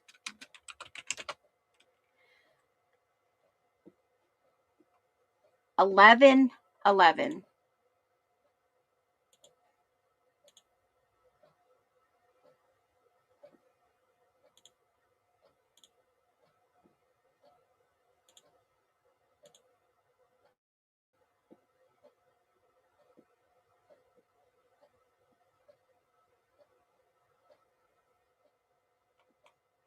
1111 is often considered a spiritual sign, a moment of synchronicity, and a reminder to focus your thoughts and intentions. Very significant number for spiritual insight, new beginnings. 11 is doubled. Its energy is amplified. It's symbolizing alignment with the universe. And I'm hoping with full intention that this stream will open more people's eyes to the exculpatory evidence that they had for Brian Kohberger. And Bethany, that knew he probably was not the one who did this.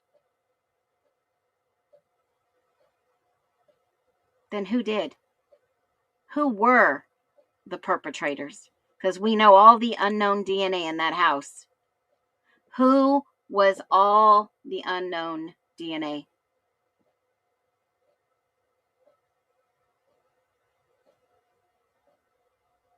I'm not religious. I think it's all fake. No science to it.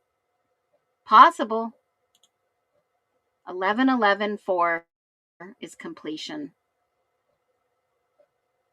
They wanted what he had in PA, hard drives, thumb drives, etc. That makes sense to me.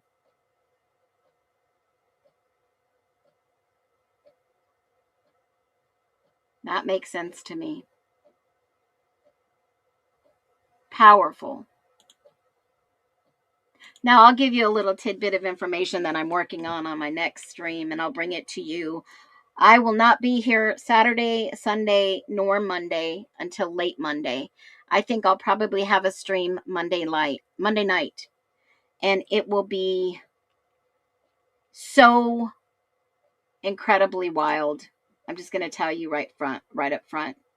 You know, as I'm going through, and everybody knows that I've been going through this witness list, I wanted to know what the state was going to present, at least speculate what the state was going to present. When I came across somebody on here, it made very apparent why they mention Connor Chestnut in the state's exhibits. Okay. I always wondered, we never heard about Connor Chestnut until the state's evidence was released. We were dumbfounded. We were blindsided. They had DNA of Connor Chestnut, guys, the guy in the middle right by the flagpole. Now, there was an individual in this picture that gave a statement to the ISP. And that statement is hidden in the ISP documents. And I'm about to show you.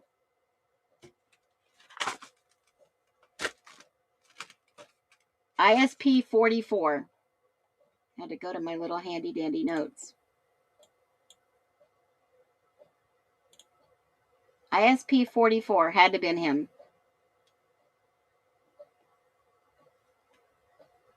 Had to have been him. Mason Barstow. Allegedly. Speculative. On December 3rd, 2022, Detective Brown and Sergeant Hopkins interviewed blankety blank on his whereabouts on November 12th and 13th, his knowledge of the fraternity and his knowledge of the homicide. During the interview, Blank told us the following. He was previously interviewed during Thanksgiving break on November 18th by the FBI in Boise, Idaho. He was asked about the victims and blank. Xana Kernodle was his Greek little. Greek little is not someone you are pursuing, but a friend who becomes part of your Greek family. His big told him to hang out with a few different houses like the blank and the blank. They would have events where only their littles were invited. He was the blankety blank of his house, the vice president of his house.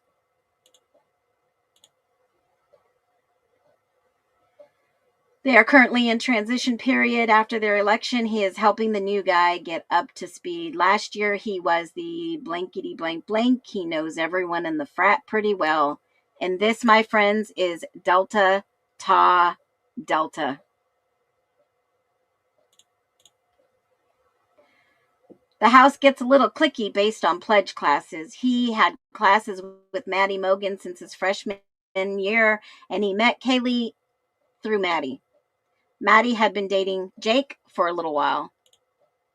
Jake is in a picture prior to this because that's where Jake was in the frat.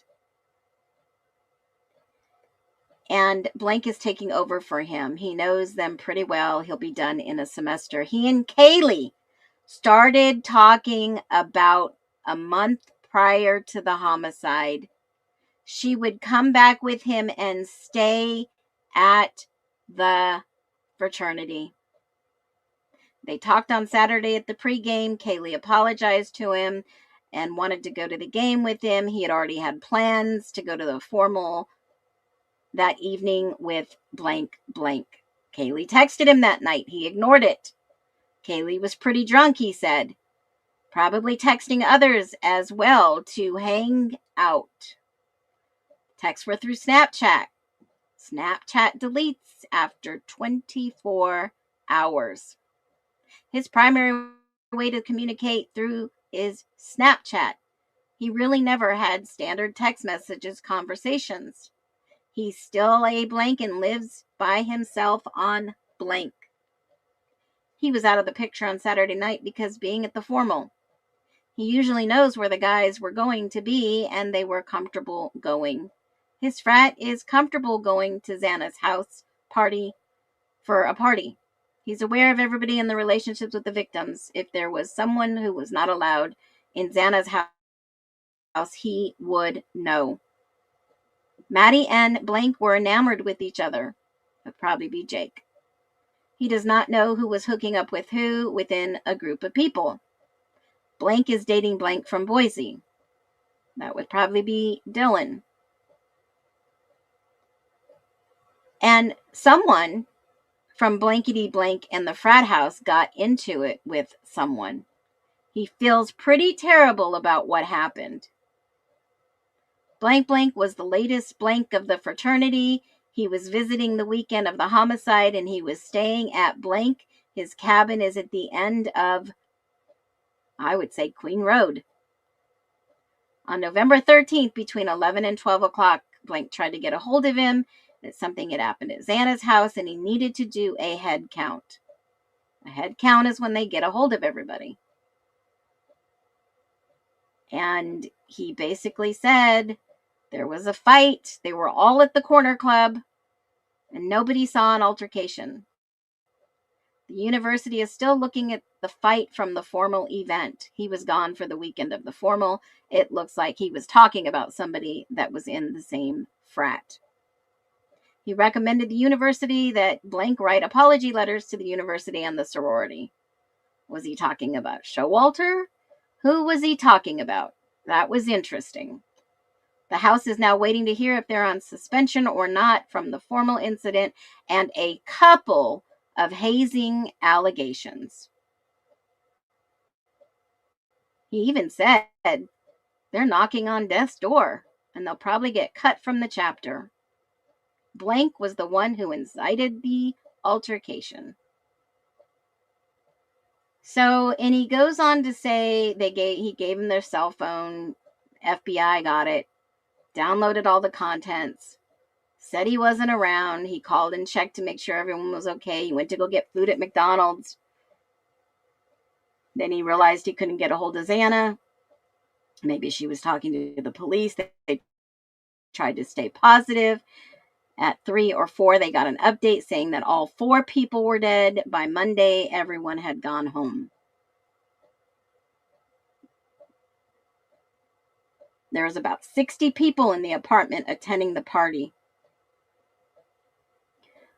Once he left the party, he detached from the events, and then he says, by the way, so-and-so drives a blue blank someone drives the silver blank, and someone drives a small white car, maybe a blank.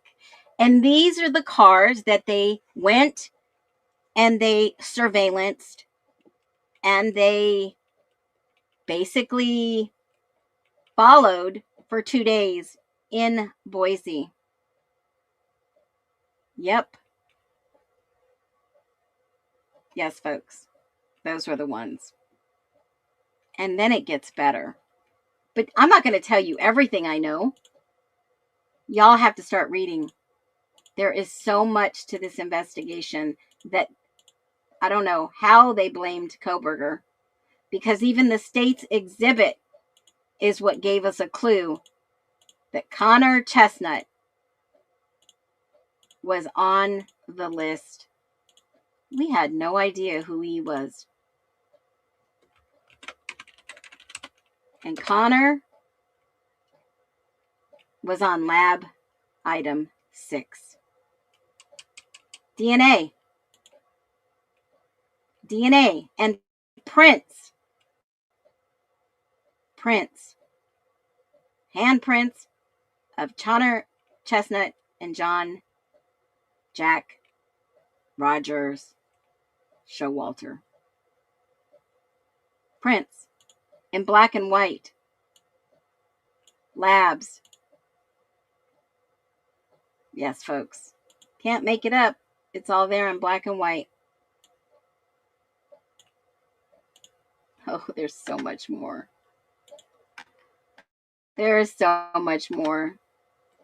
Now that we know that they were asking for more handprints of these individuals, the more we start to see a pattern.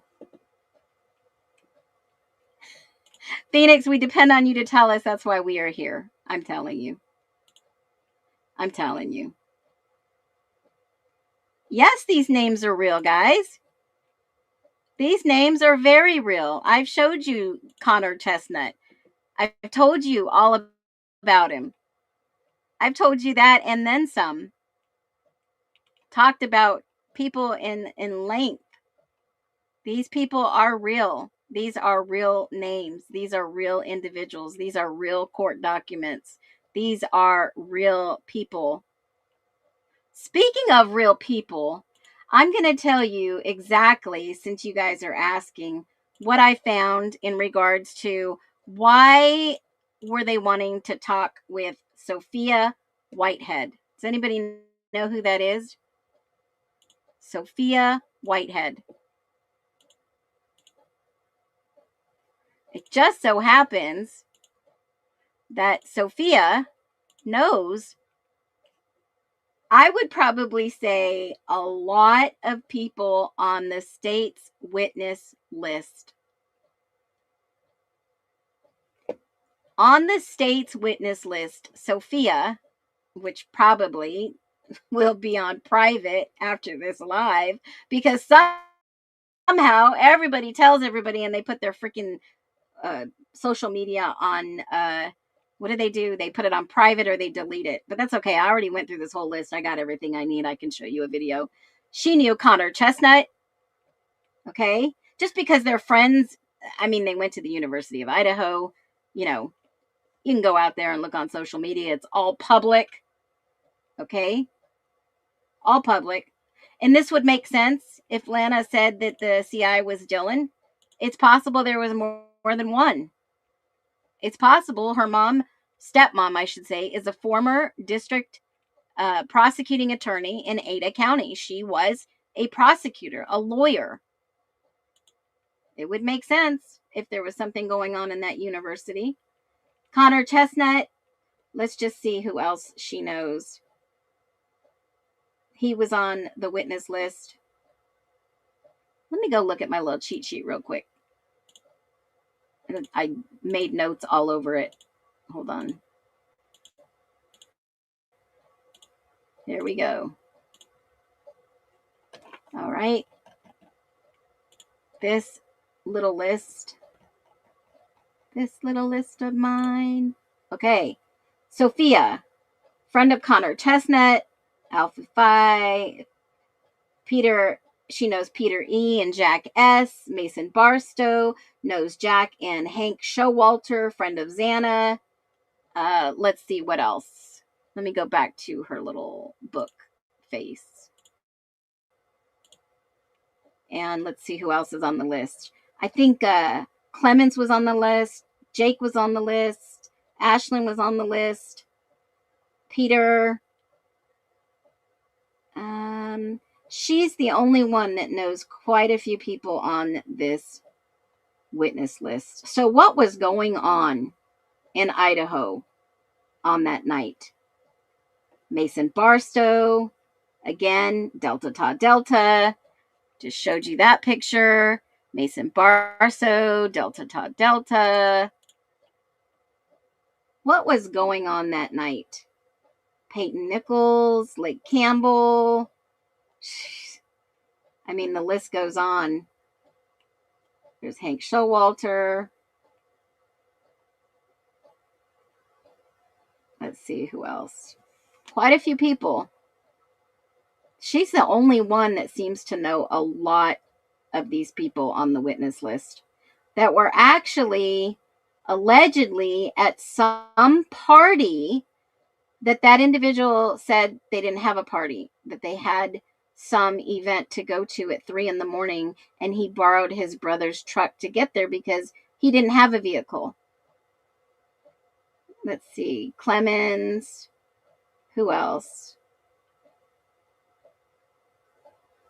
I think Xana's on her list. Maddie's on her list. I mean, she knew a lot of the victims and a lot of the people on the list. Does it make them guilty? No. Does it look suspicious? Freaking yes, absolutely. Why were they calling her to testify? Did she witness something? Was she on the witness list? Yes. Her name was there. Ann Taylor said everyone was going to know everyone as it is. They could just, maybe somebody would cave in and say, maybe somebody would have confessed. That's what the judge said. Let's go to trial. There's Maddie. She knew Maddie. I don't know who this guy is, but I'll go down that rabbit hole when I need to. There's plenty of people that she had friends in common with. And it looks like the main people they were looking at was Delta Ta Delta.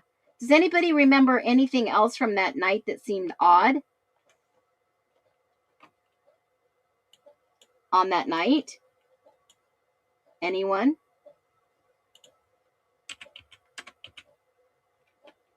Yes, she knew Xana.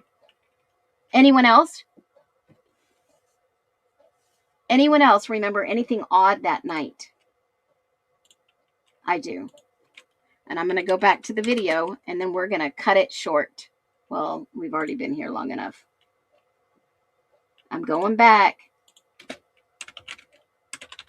I'm going back in time, guys, and you're going with me. We're going back to the Banfield, Idaho 4. Those Delta Ta Delta. We're going back deep. Here we go. JLR. Right in the middle of it. Cops recording. Cops watching. Hey guys, Moscow PD. Come over here, talk to me. Moscow PD. Hey, is that beer? Is that beer in your hand? I don't want to see Saeed. I want to see these other 3 guys. I'm going to take you to a moment in time. I'm going to ask you, what the hell happened to this guy's head? Do you see the head noggin on him? Did anybody notice this? 925 40 63. I'm going to play it slow so you guys can see what I saw when I played it slow.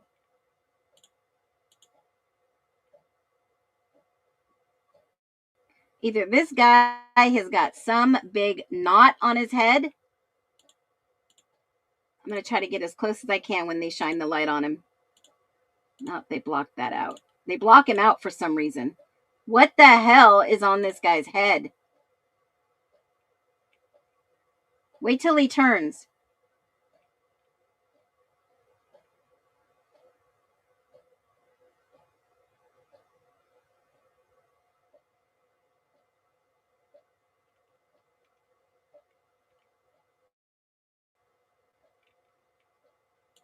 I'm going to try to get it right at the spot where I saw his head. It's kind of hard because they keep blocking it.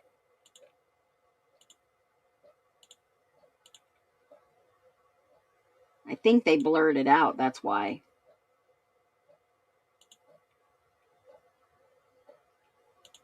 I am going to try to get a still shot. The still shots I got, he's got a big, huge bump on his head. And that's not his normal picture, folks. I'm going to see if I can put it in here. He has got a massive bump on his head.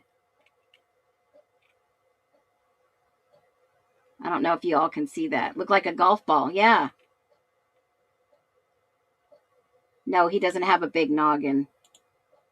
It looks like he has a huge bump on his head. Like he got socked in the head or something.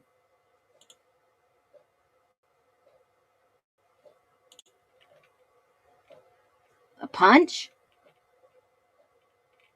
I don't know, but it's almost the size of something very large. I don't know why they keep blocking it out either. I tried to get as close as I could, tried to take as many pictures as I could with my phone. I got better pictures off my phone than I did the computer. But he's got a big, huge bump on his head. Let me see if this is the part. A bad haircut. No, it's not a bad haircut.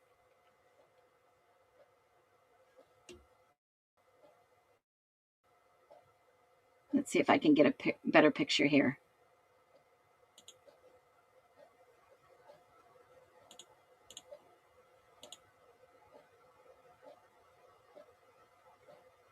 These are all Delta Ta Delta guys. All these guys are with Delta Ta Delta.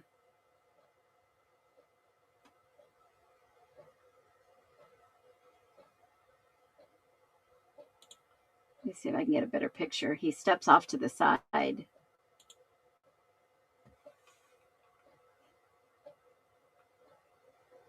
I kept saying, what the heck? Why do they keep blurring out his head? Look at that knot. Look at that freaking knot. Yes, they were. Yes, they were. He has a freaking knot on his head.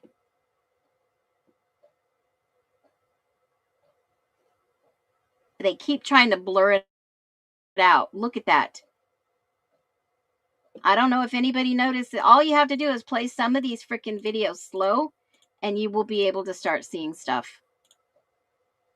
What happened that night in Moscow? Don't you think that would be exculpatory evidence of anybody in a fight? Anybody at all? Anybody at all? Guys, these are the guys that I told you.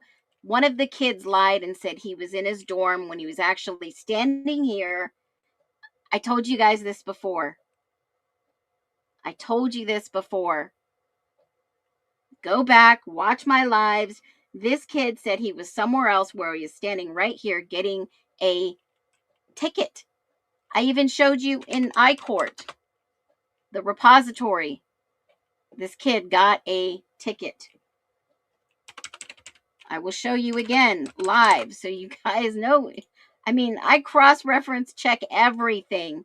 This guy got an infraction that night. That night. Right here. They filed it on the 16th, but it was actually given on the 13th, early morning, right there. This is the kid that said he was at the frat house when he wasn't. Standing there on video camera, folks. Delta Ta Deltas. That kid said he was somewhere else. Said he was somewhere else. Can't make this shit up. That guy has got a bump on his head like you won't believe. And why did they not investigate this? They've got it all right there. They have it all right there in their hands. 50 people haven't hit the thumbs up button. Well, you better swipe up, and go hit that button real quick. I'm about to drop you one last Phoenix Fireball. I've given you a lot today, guys. I've given you a lot, but let me give you the most important one. The most important fireball of the day that I'm just like, I'm going to make this video. I'm going to make it members only. You're going to want to see this. Everyone kept saying the Elantra in Oregon was connected. Guys, it wasn't. It wasn't connected at all. They just wanted you to believe it was. That it was someone from outside the area that did all this. Someone that I can't believe they would do this. How dare an outsider do this? Guys, ladies and gents, that Elantra, when I tell you the initials of who that Elantra was actually registered to, then we have something to talk about. It wasn't Bailey. All that nonsense about the drug cartel and how, no, honey. What's the first thing that Moscow did? Moscow PD knew. 150 Blaker, the University of Idaho guy that has his police station on campus that everybody trusts and people can go and talk to him. Check this out. What did we do? Well, a few weeks after November 13th, I was at work and I was asked by MT, an analyst with the FBI, if we had a way to run our records to see if any license plate for a white Hyundai Elantra 2011 to 2013, they did it through Spillman.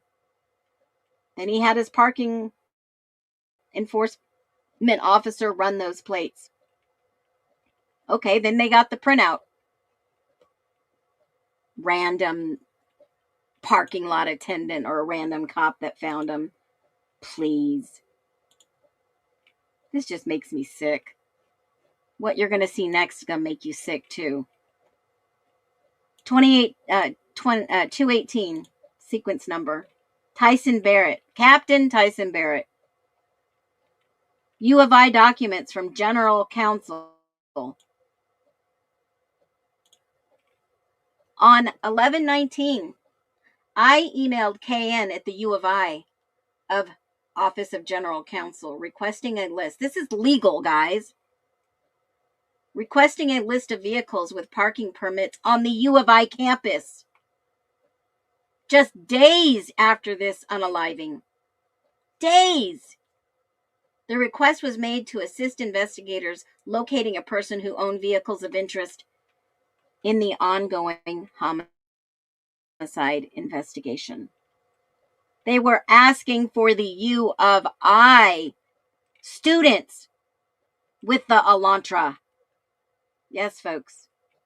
And tickets and parking passes all the way back to 2017.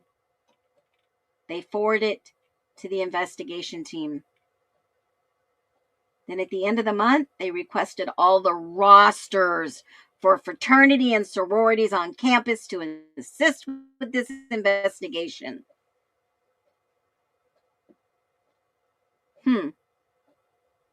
Interesting. Oh, yes, I'm sorry. Yes, they are Alpha. Sorry.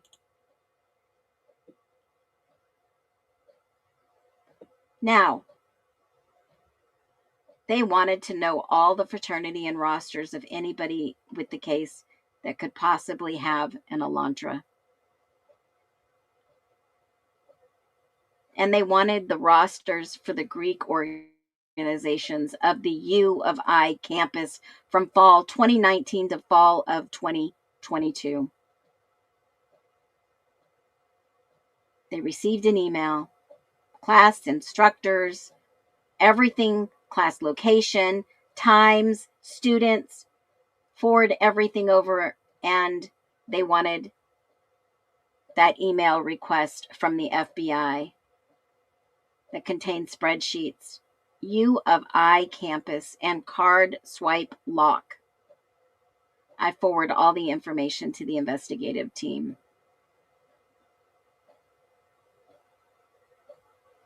They did it. They complied with everything they asked for. They knew potentially what was happening. They did it. They answered everything. And then, even after Kohberger was arrested, folks, on the July 21, 23, they went back and they asked for the DVD-R, item 835. I asked from November 25th to December 12th. I gathered the information from other police agencies around Moscow in reference to any 2012, 2013 Hyundai Elantras. I gathered all this information and I turned it over to the FBI, who was tasked with gathering all plate information to build up a possible suspect pool for this case.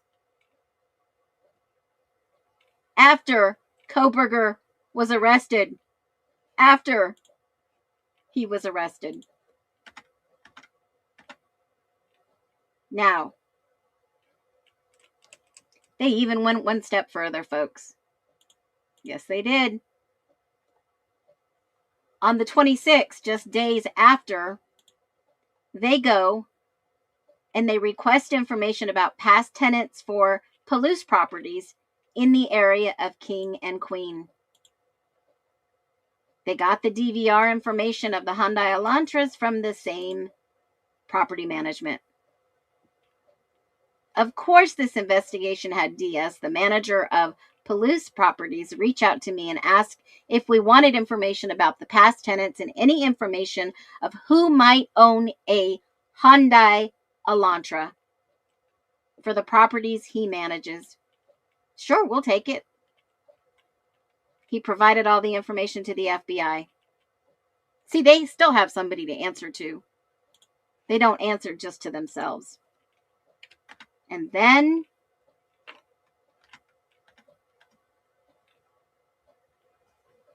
the tip came in way after, like months after they had all this information. Way after. And get this blows my mind. Talk about diversion and distraction. Sequence number 248. 248 basically says HR tip follow up. Okay? Someone with the name of HR called and they received a tip 7280. See, all these tips Anne had to follow up on. They had to go through it and comb everything. There is no way they could have got through all this. They were just catching up in 2024. They were way behind everyone. Way behind. And look at this tip. Somebody called the FBI.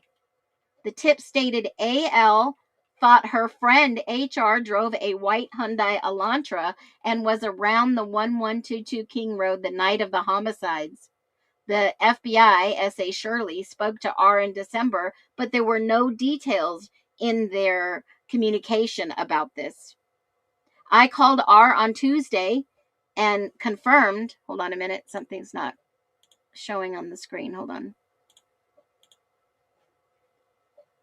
I called and I asked R if she drove what kind of car she drove.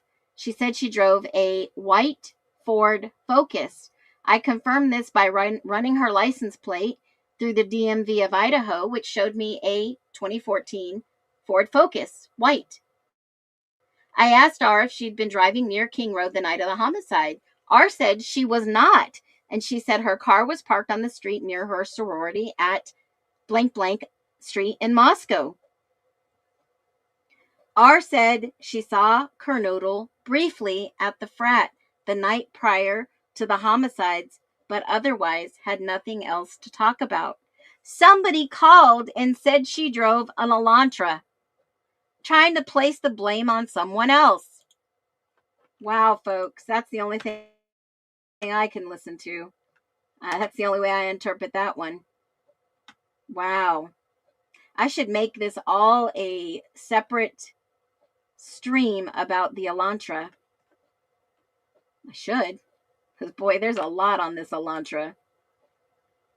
So there's another document, MPD 296, basically another FBI tip about the car that crashed in Eugene, Oregon. Okay? They followed up with it. And there was no way that this plate, this crash, had even anything to do with it. They received the email tip of discovery from the defense. The defense wanted to know what this car was and how, if any, if it was related. And they looked into it, not related. Called Kitsap County, called everyone, the deputy, looking for the accident report. There was none. Nothing from the tip led them to the homicide in this case. And it wasn't until I found this document that made sense why it wasn't connected. 100% not connected. They said the tip was this document right here. This is wild, folks. And I'm going to leave you with this thought and wait till you hear this. Wait till you hear this. 297. This is the Phoenix Fireball. Eugene, Oregon, follow-up 157, Brett Payne. And this was not done until 24. August of 24. They knew they were going to court.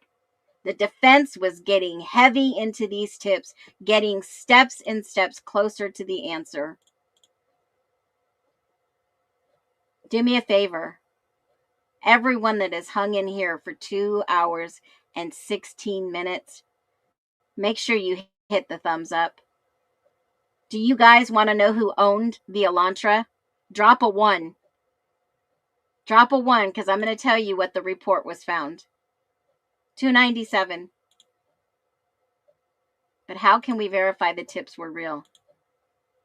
Well, I went through newspapers, clippings, documents, videos, everything pretty much at 4 a.m. Hit the like button.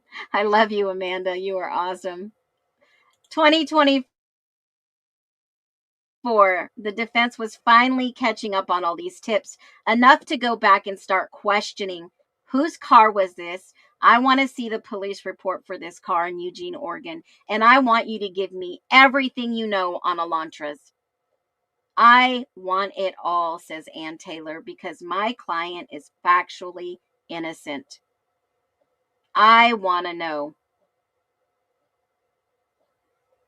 So they say, okay, Brett Payne goes out and he gets the report, starts pulling all the information. On Tuesday, August 6, 2024, so close to getting all the DNA back. So close to finding out that Koberger had nothing to do with this. I received another discovery request from the defense counsel in this case asking for documentation about a tip received because Ann had to follow up on all those tips. I told you earlier in the stream that they were bombarded with tips for exculpatory evidence. They had to dig deep. And everything they gave, the judge said, nope, sorry, no go. And later acknowledged that the MPD press release about the white Hyundai Elantra that was found in Eugene, Oregon. The FBI tip line also received numerous tips about the vehicle. It was found that no report was written at the time, which documented what information was obtained by the investigative team. However, the vehicle was deemed to be irrelevant to the investigation. Why? Why was it irrelevant? Well, I'm going to tell you. In order to obtain the information likely used to make this determination, I contacted Eugene Police Department on August 8th, 2 days later, after the defense said, hey, Payne, go follow up on this evidence because I want to make sure that my client is factually innocent so that I could tell the judge he is factually innocent. I later received a secure email from EPD, that's Eugene PD, containing 4 attachments. The first was a press release reference of the vehicle. The other 3 were incident reports about the vehicle. The following information was obtained from the incident reports. The white Elantra bearing Colorado license plate was involved in a crash on 12/17 in Eugene, Oregon, not 11/12/22. The crash was actually 12/17/22. Law enforcement and fire responded and contacted the driver. The vehicle was reported 2 other times, hence the other 2 reports. It wasn't the night of the homicides, it was 12/17/22.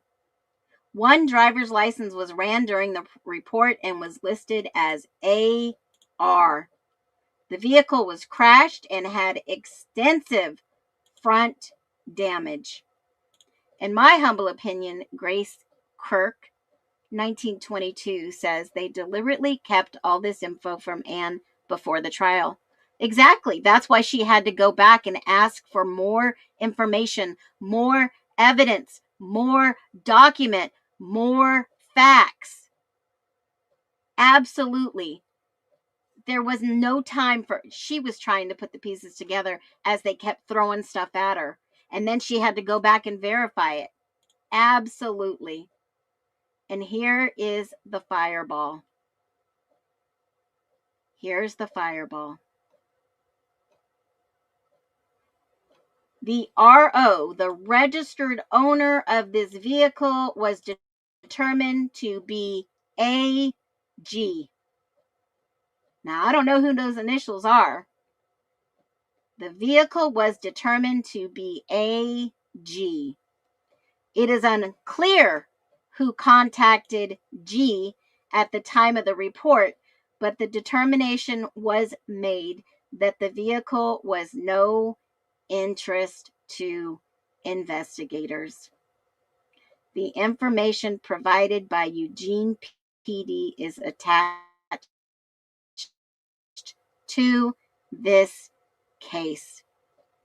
Now, you all can speculate what you want, who the registered owner of the vehicle that was in the crash in Eugene, Oregon, that was license plate Colorado. But the registered owner of that vehicle was AG. And remember, they went back to 2017. All the way back to 2017. That was per Brett Plain.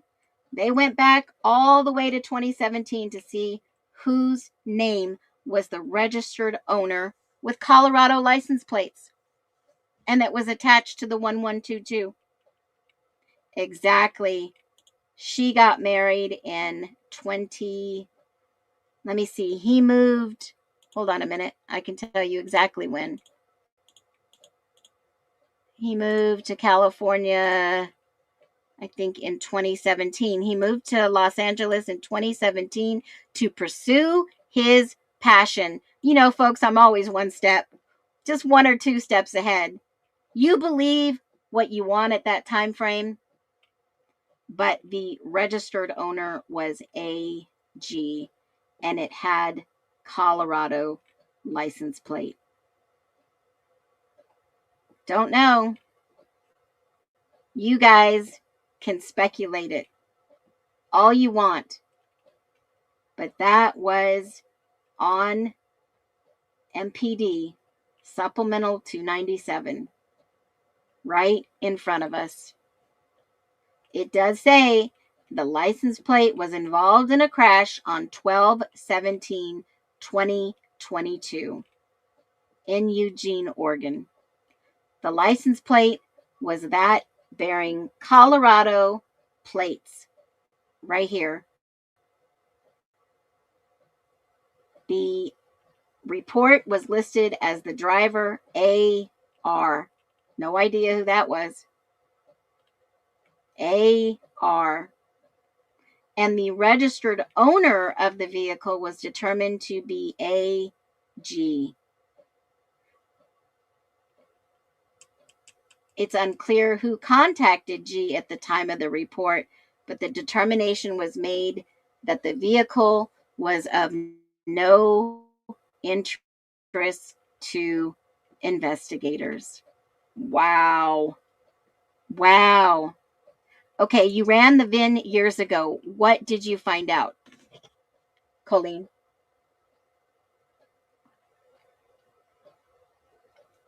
The report was given to the defense. The last name was Gilbiana or something similar.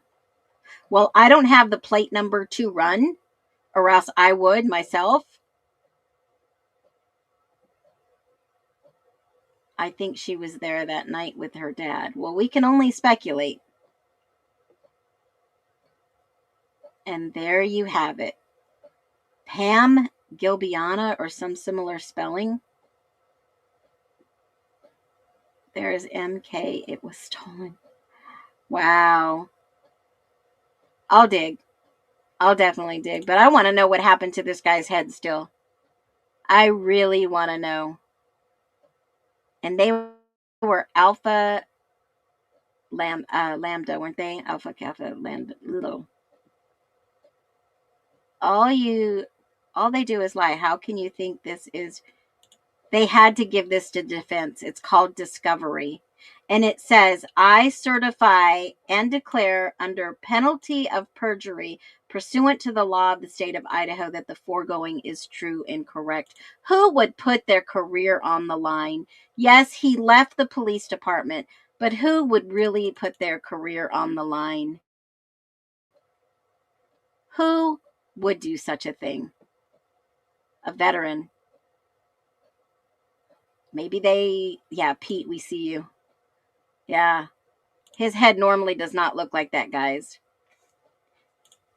I thought you said it was Jesse James Bailey. There was an Elantra in here, right here, that was registered to them. I looked that up myself. Do you think there's only one or two Elantras in the area? No. The Elantra that I showed you, the MPD document, it had Washington plates. That was JJB and Candace Bailey. There was two different cars. There were two different cars, folks. Actually, I think there's three. All the Hyundai Elantras in this case, obviously registered to people. One was Candace and Jesse James Bailey. That's the one I was able to look up. This other one says it was registered to an AG, the one that they were looking at. The one the defense wanted. There's more. So much more. What is Christie's maiden name? That's a good question.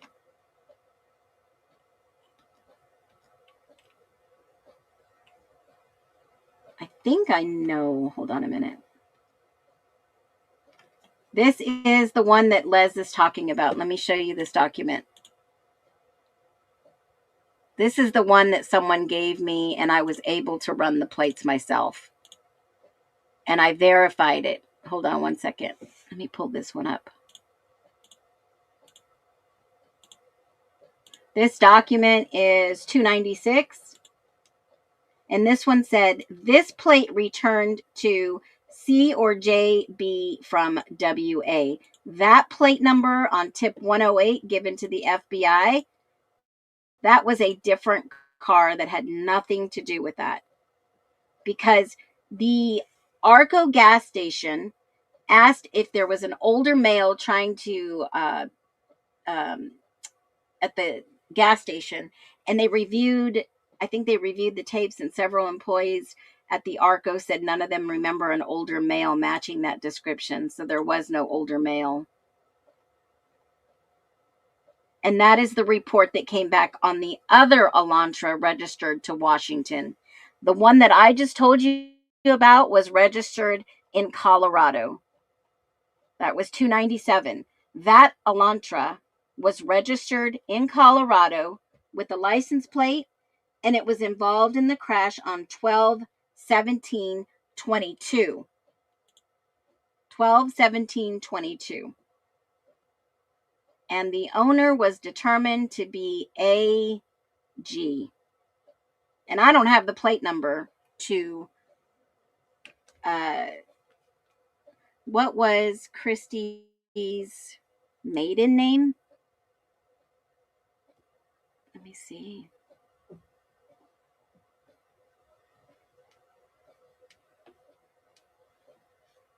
Let me see. Ludkins or Lukins or something like that. Same as her. I think it's Ludkins, Lukins. Yeah, Lukins, Lukens. Beautifully broken woman knows. I got it. Yep. All right, folks. We've been here live for a little while, so yeah, Christy Dawn Lukins. That is her name. Yeah, that's her maiden name. All right. So Bubbly has it. Bubbly has the VIN number. She's got the VIN. Interesting. I'll go look. So many Elantras. Absolutely. I mentioned it already. Yeah. Thanks so much, guys. So happy Friday. I won't be back until Monday. I might not be back on Monday. I might. It depends. I might not be back until Tuesday. So if possible, I'll do a live tomorrow night, and then I'll be back Monday or Tuesday night. It depends. There were only 22 of them, 22K of them. You guys have been so amazing. I appreciate every single one of you. Thank you so much for Lulu Bell for gifting those 5 memberships. I hope every single one of you were able to grab, who doesn't have it, that wants to become a member. And thank you so much, every single one of you. Let me see if it updated. No, not yet, but I'm sure that we have over 7,000 followers, subscribers now. You guys have been so amazing and so well behaved. Thank you to my mods. Thank you, everything. Make sure if your birthday is in March, you drop it below. Leave me just a little quick message. Hey, my birthday's in March. Put me in the birthday drawing, whatever you want. I so appreciate every single one of you. Be safe. And I will be on tomorrow afternoon. I've got so much more to tell you. So tomorrow afternoon, I will be live. Look for a notice, and then I'll be live again on Tuesday. Thank you so much. Be well.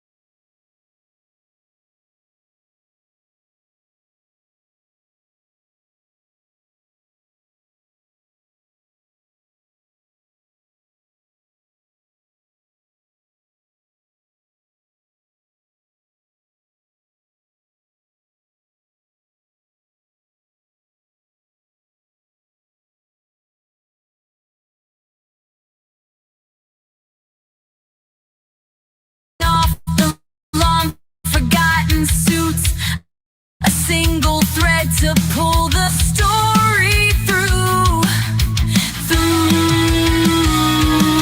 The spring equinox brings the scales to bear. Justice marches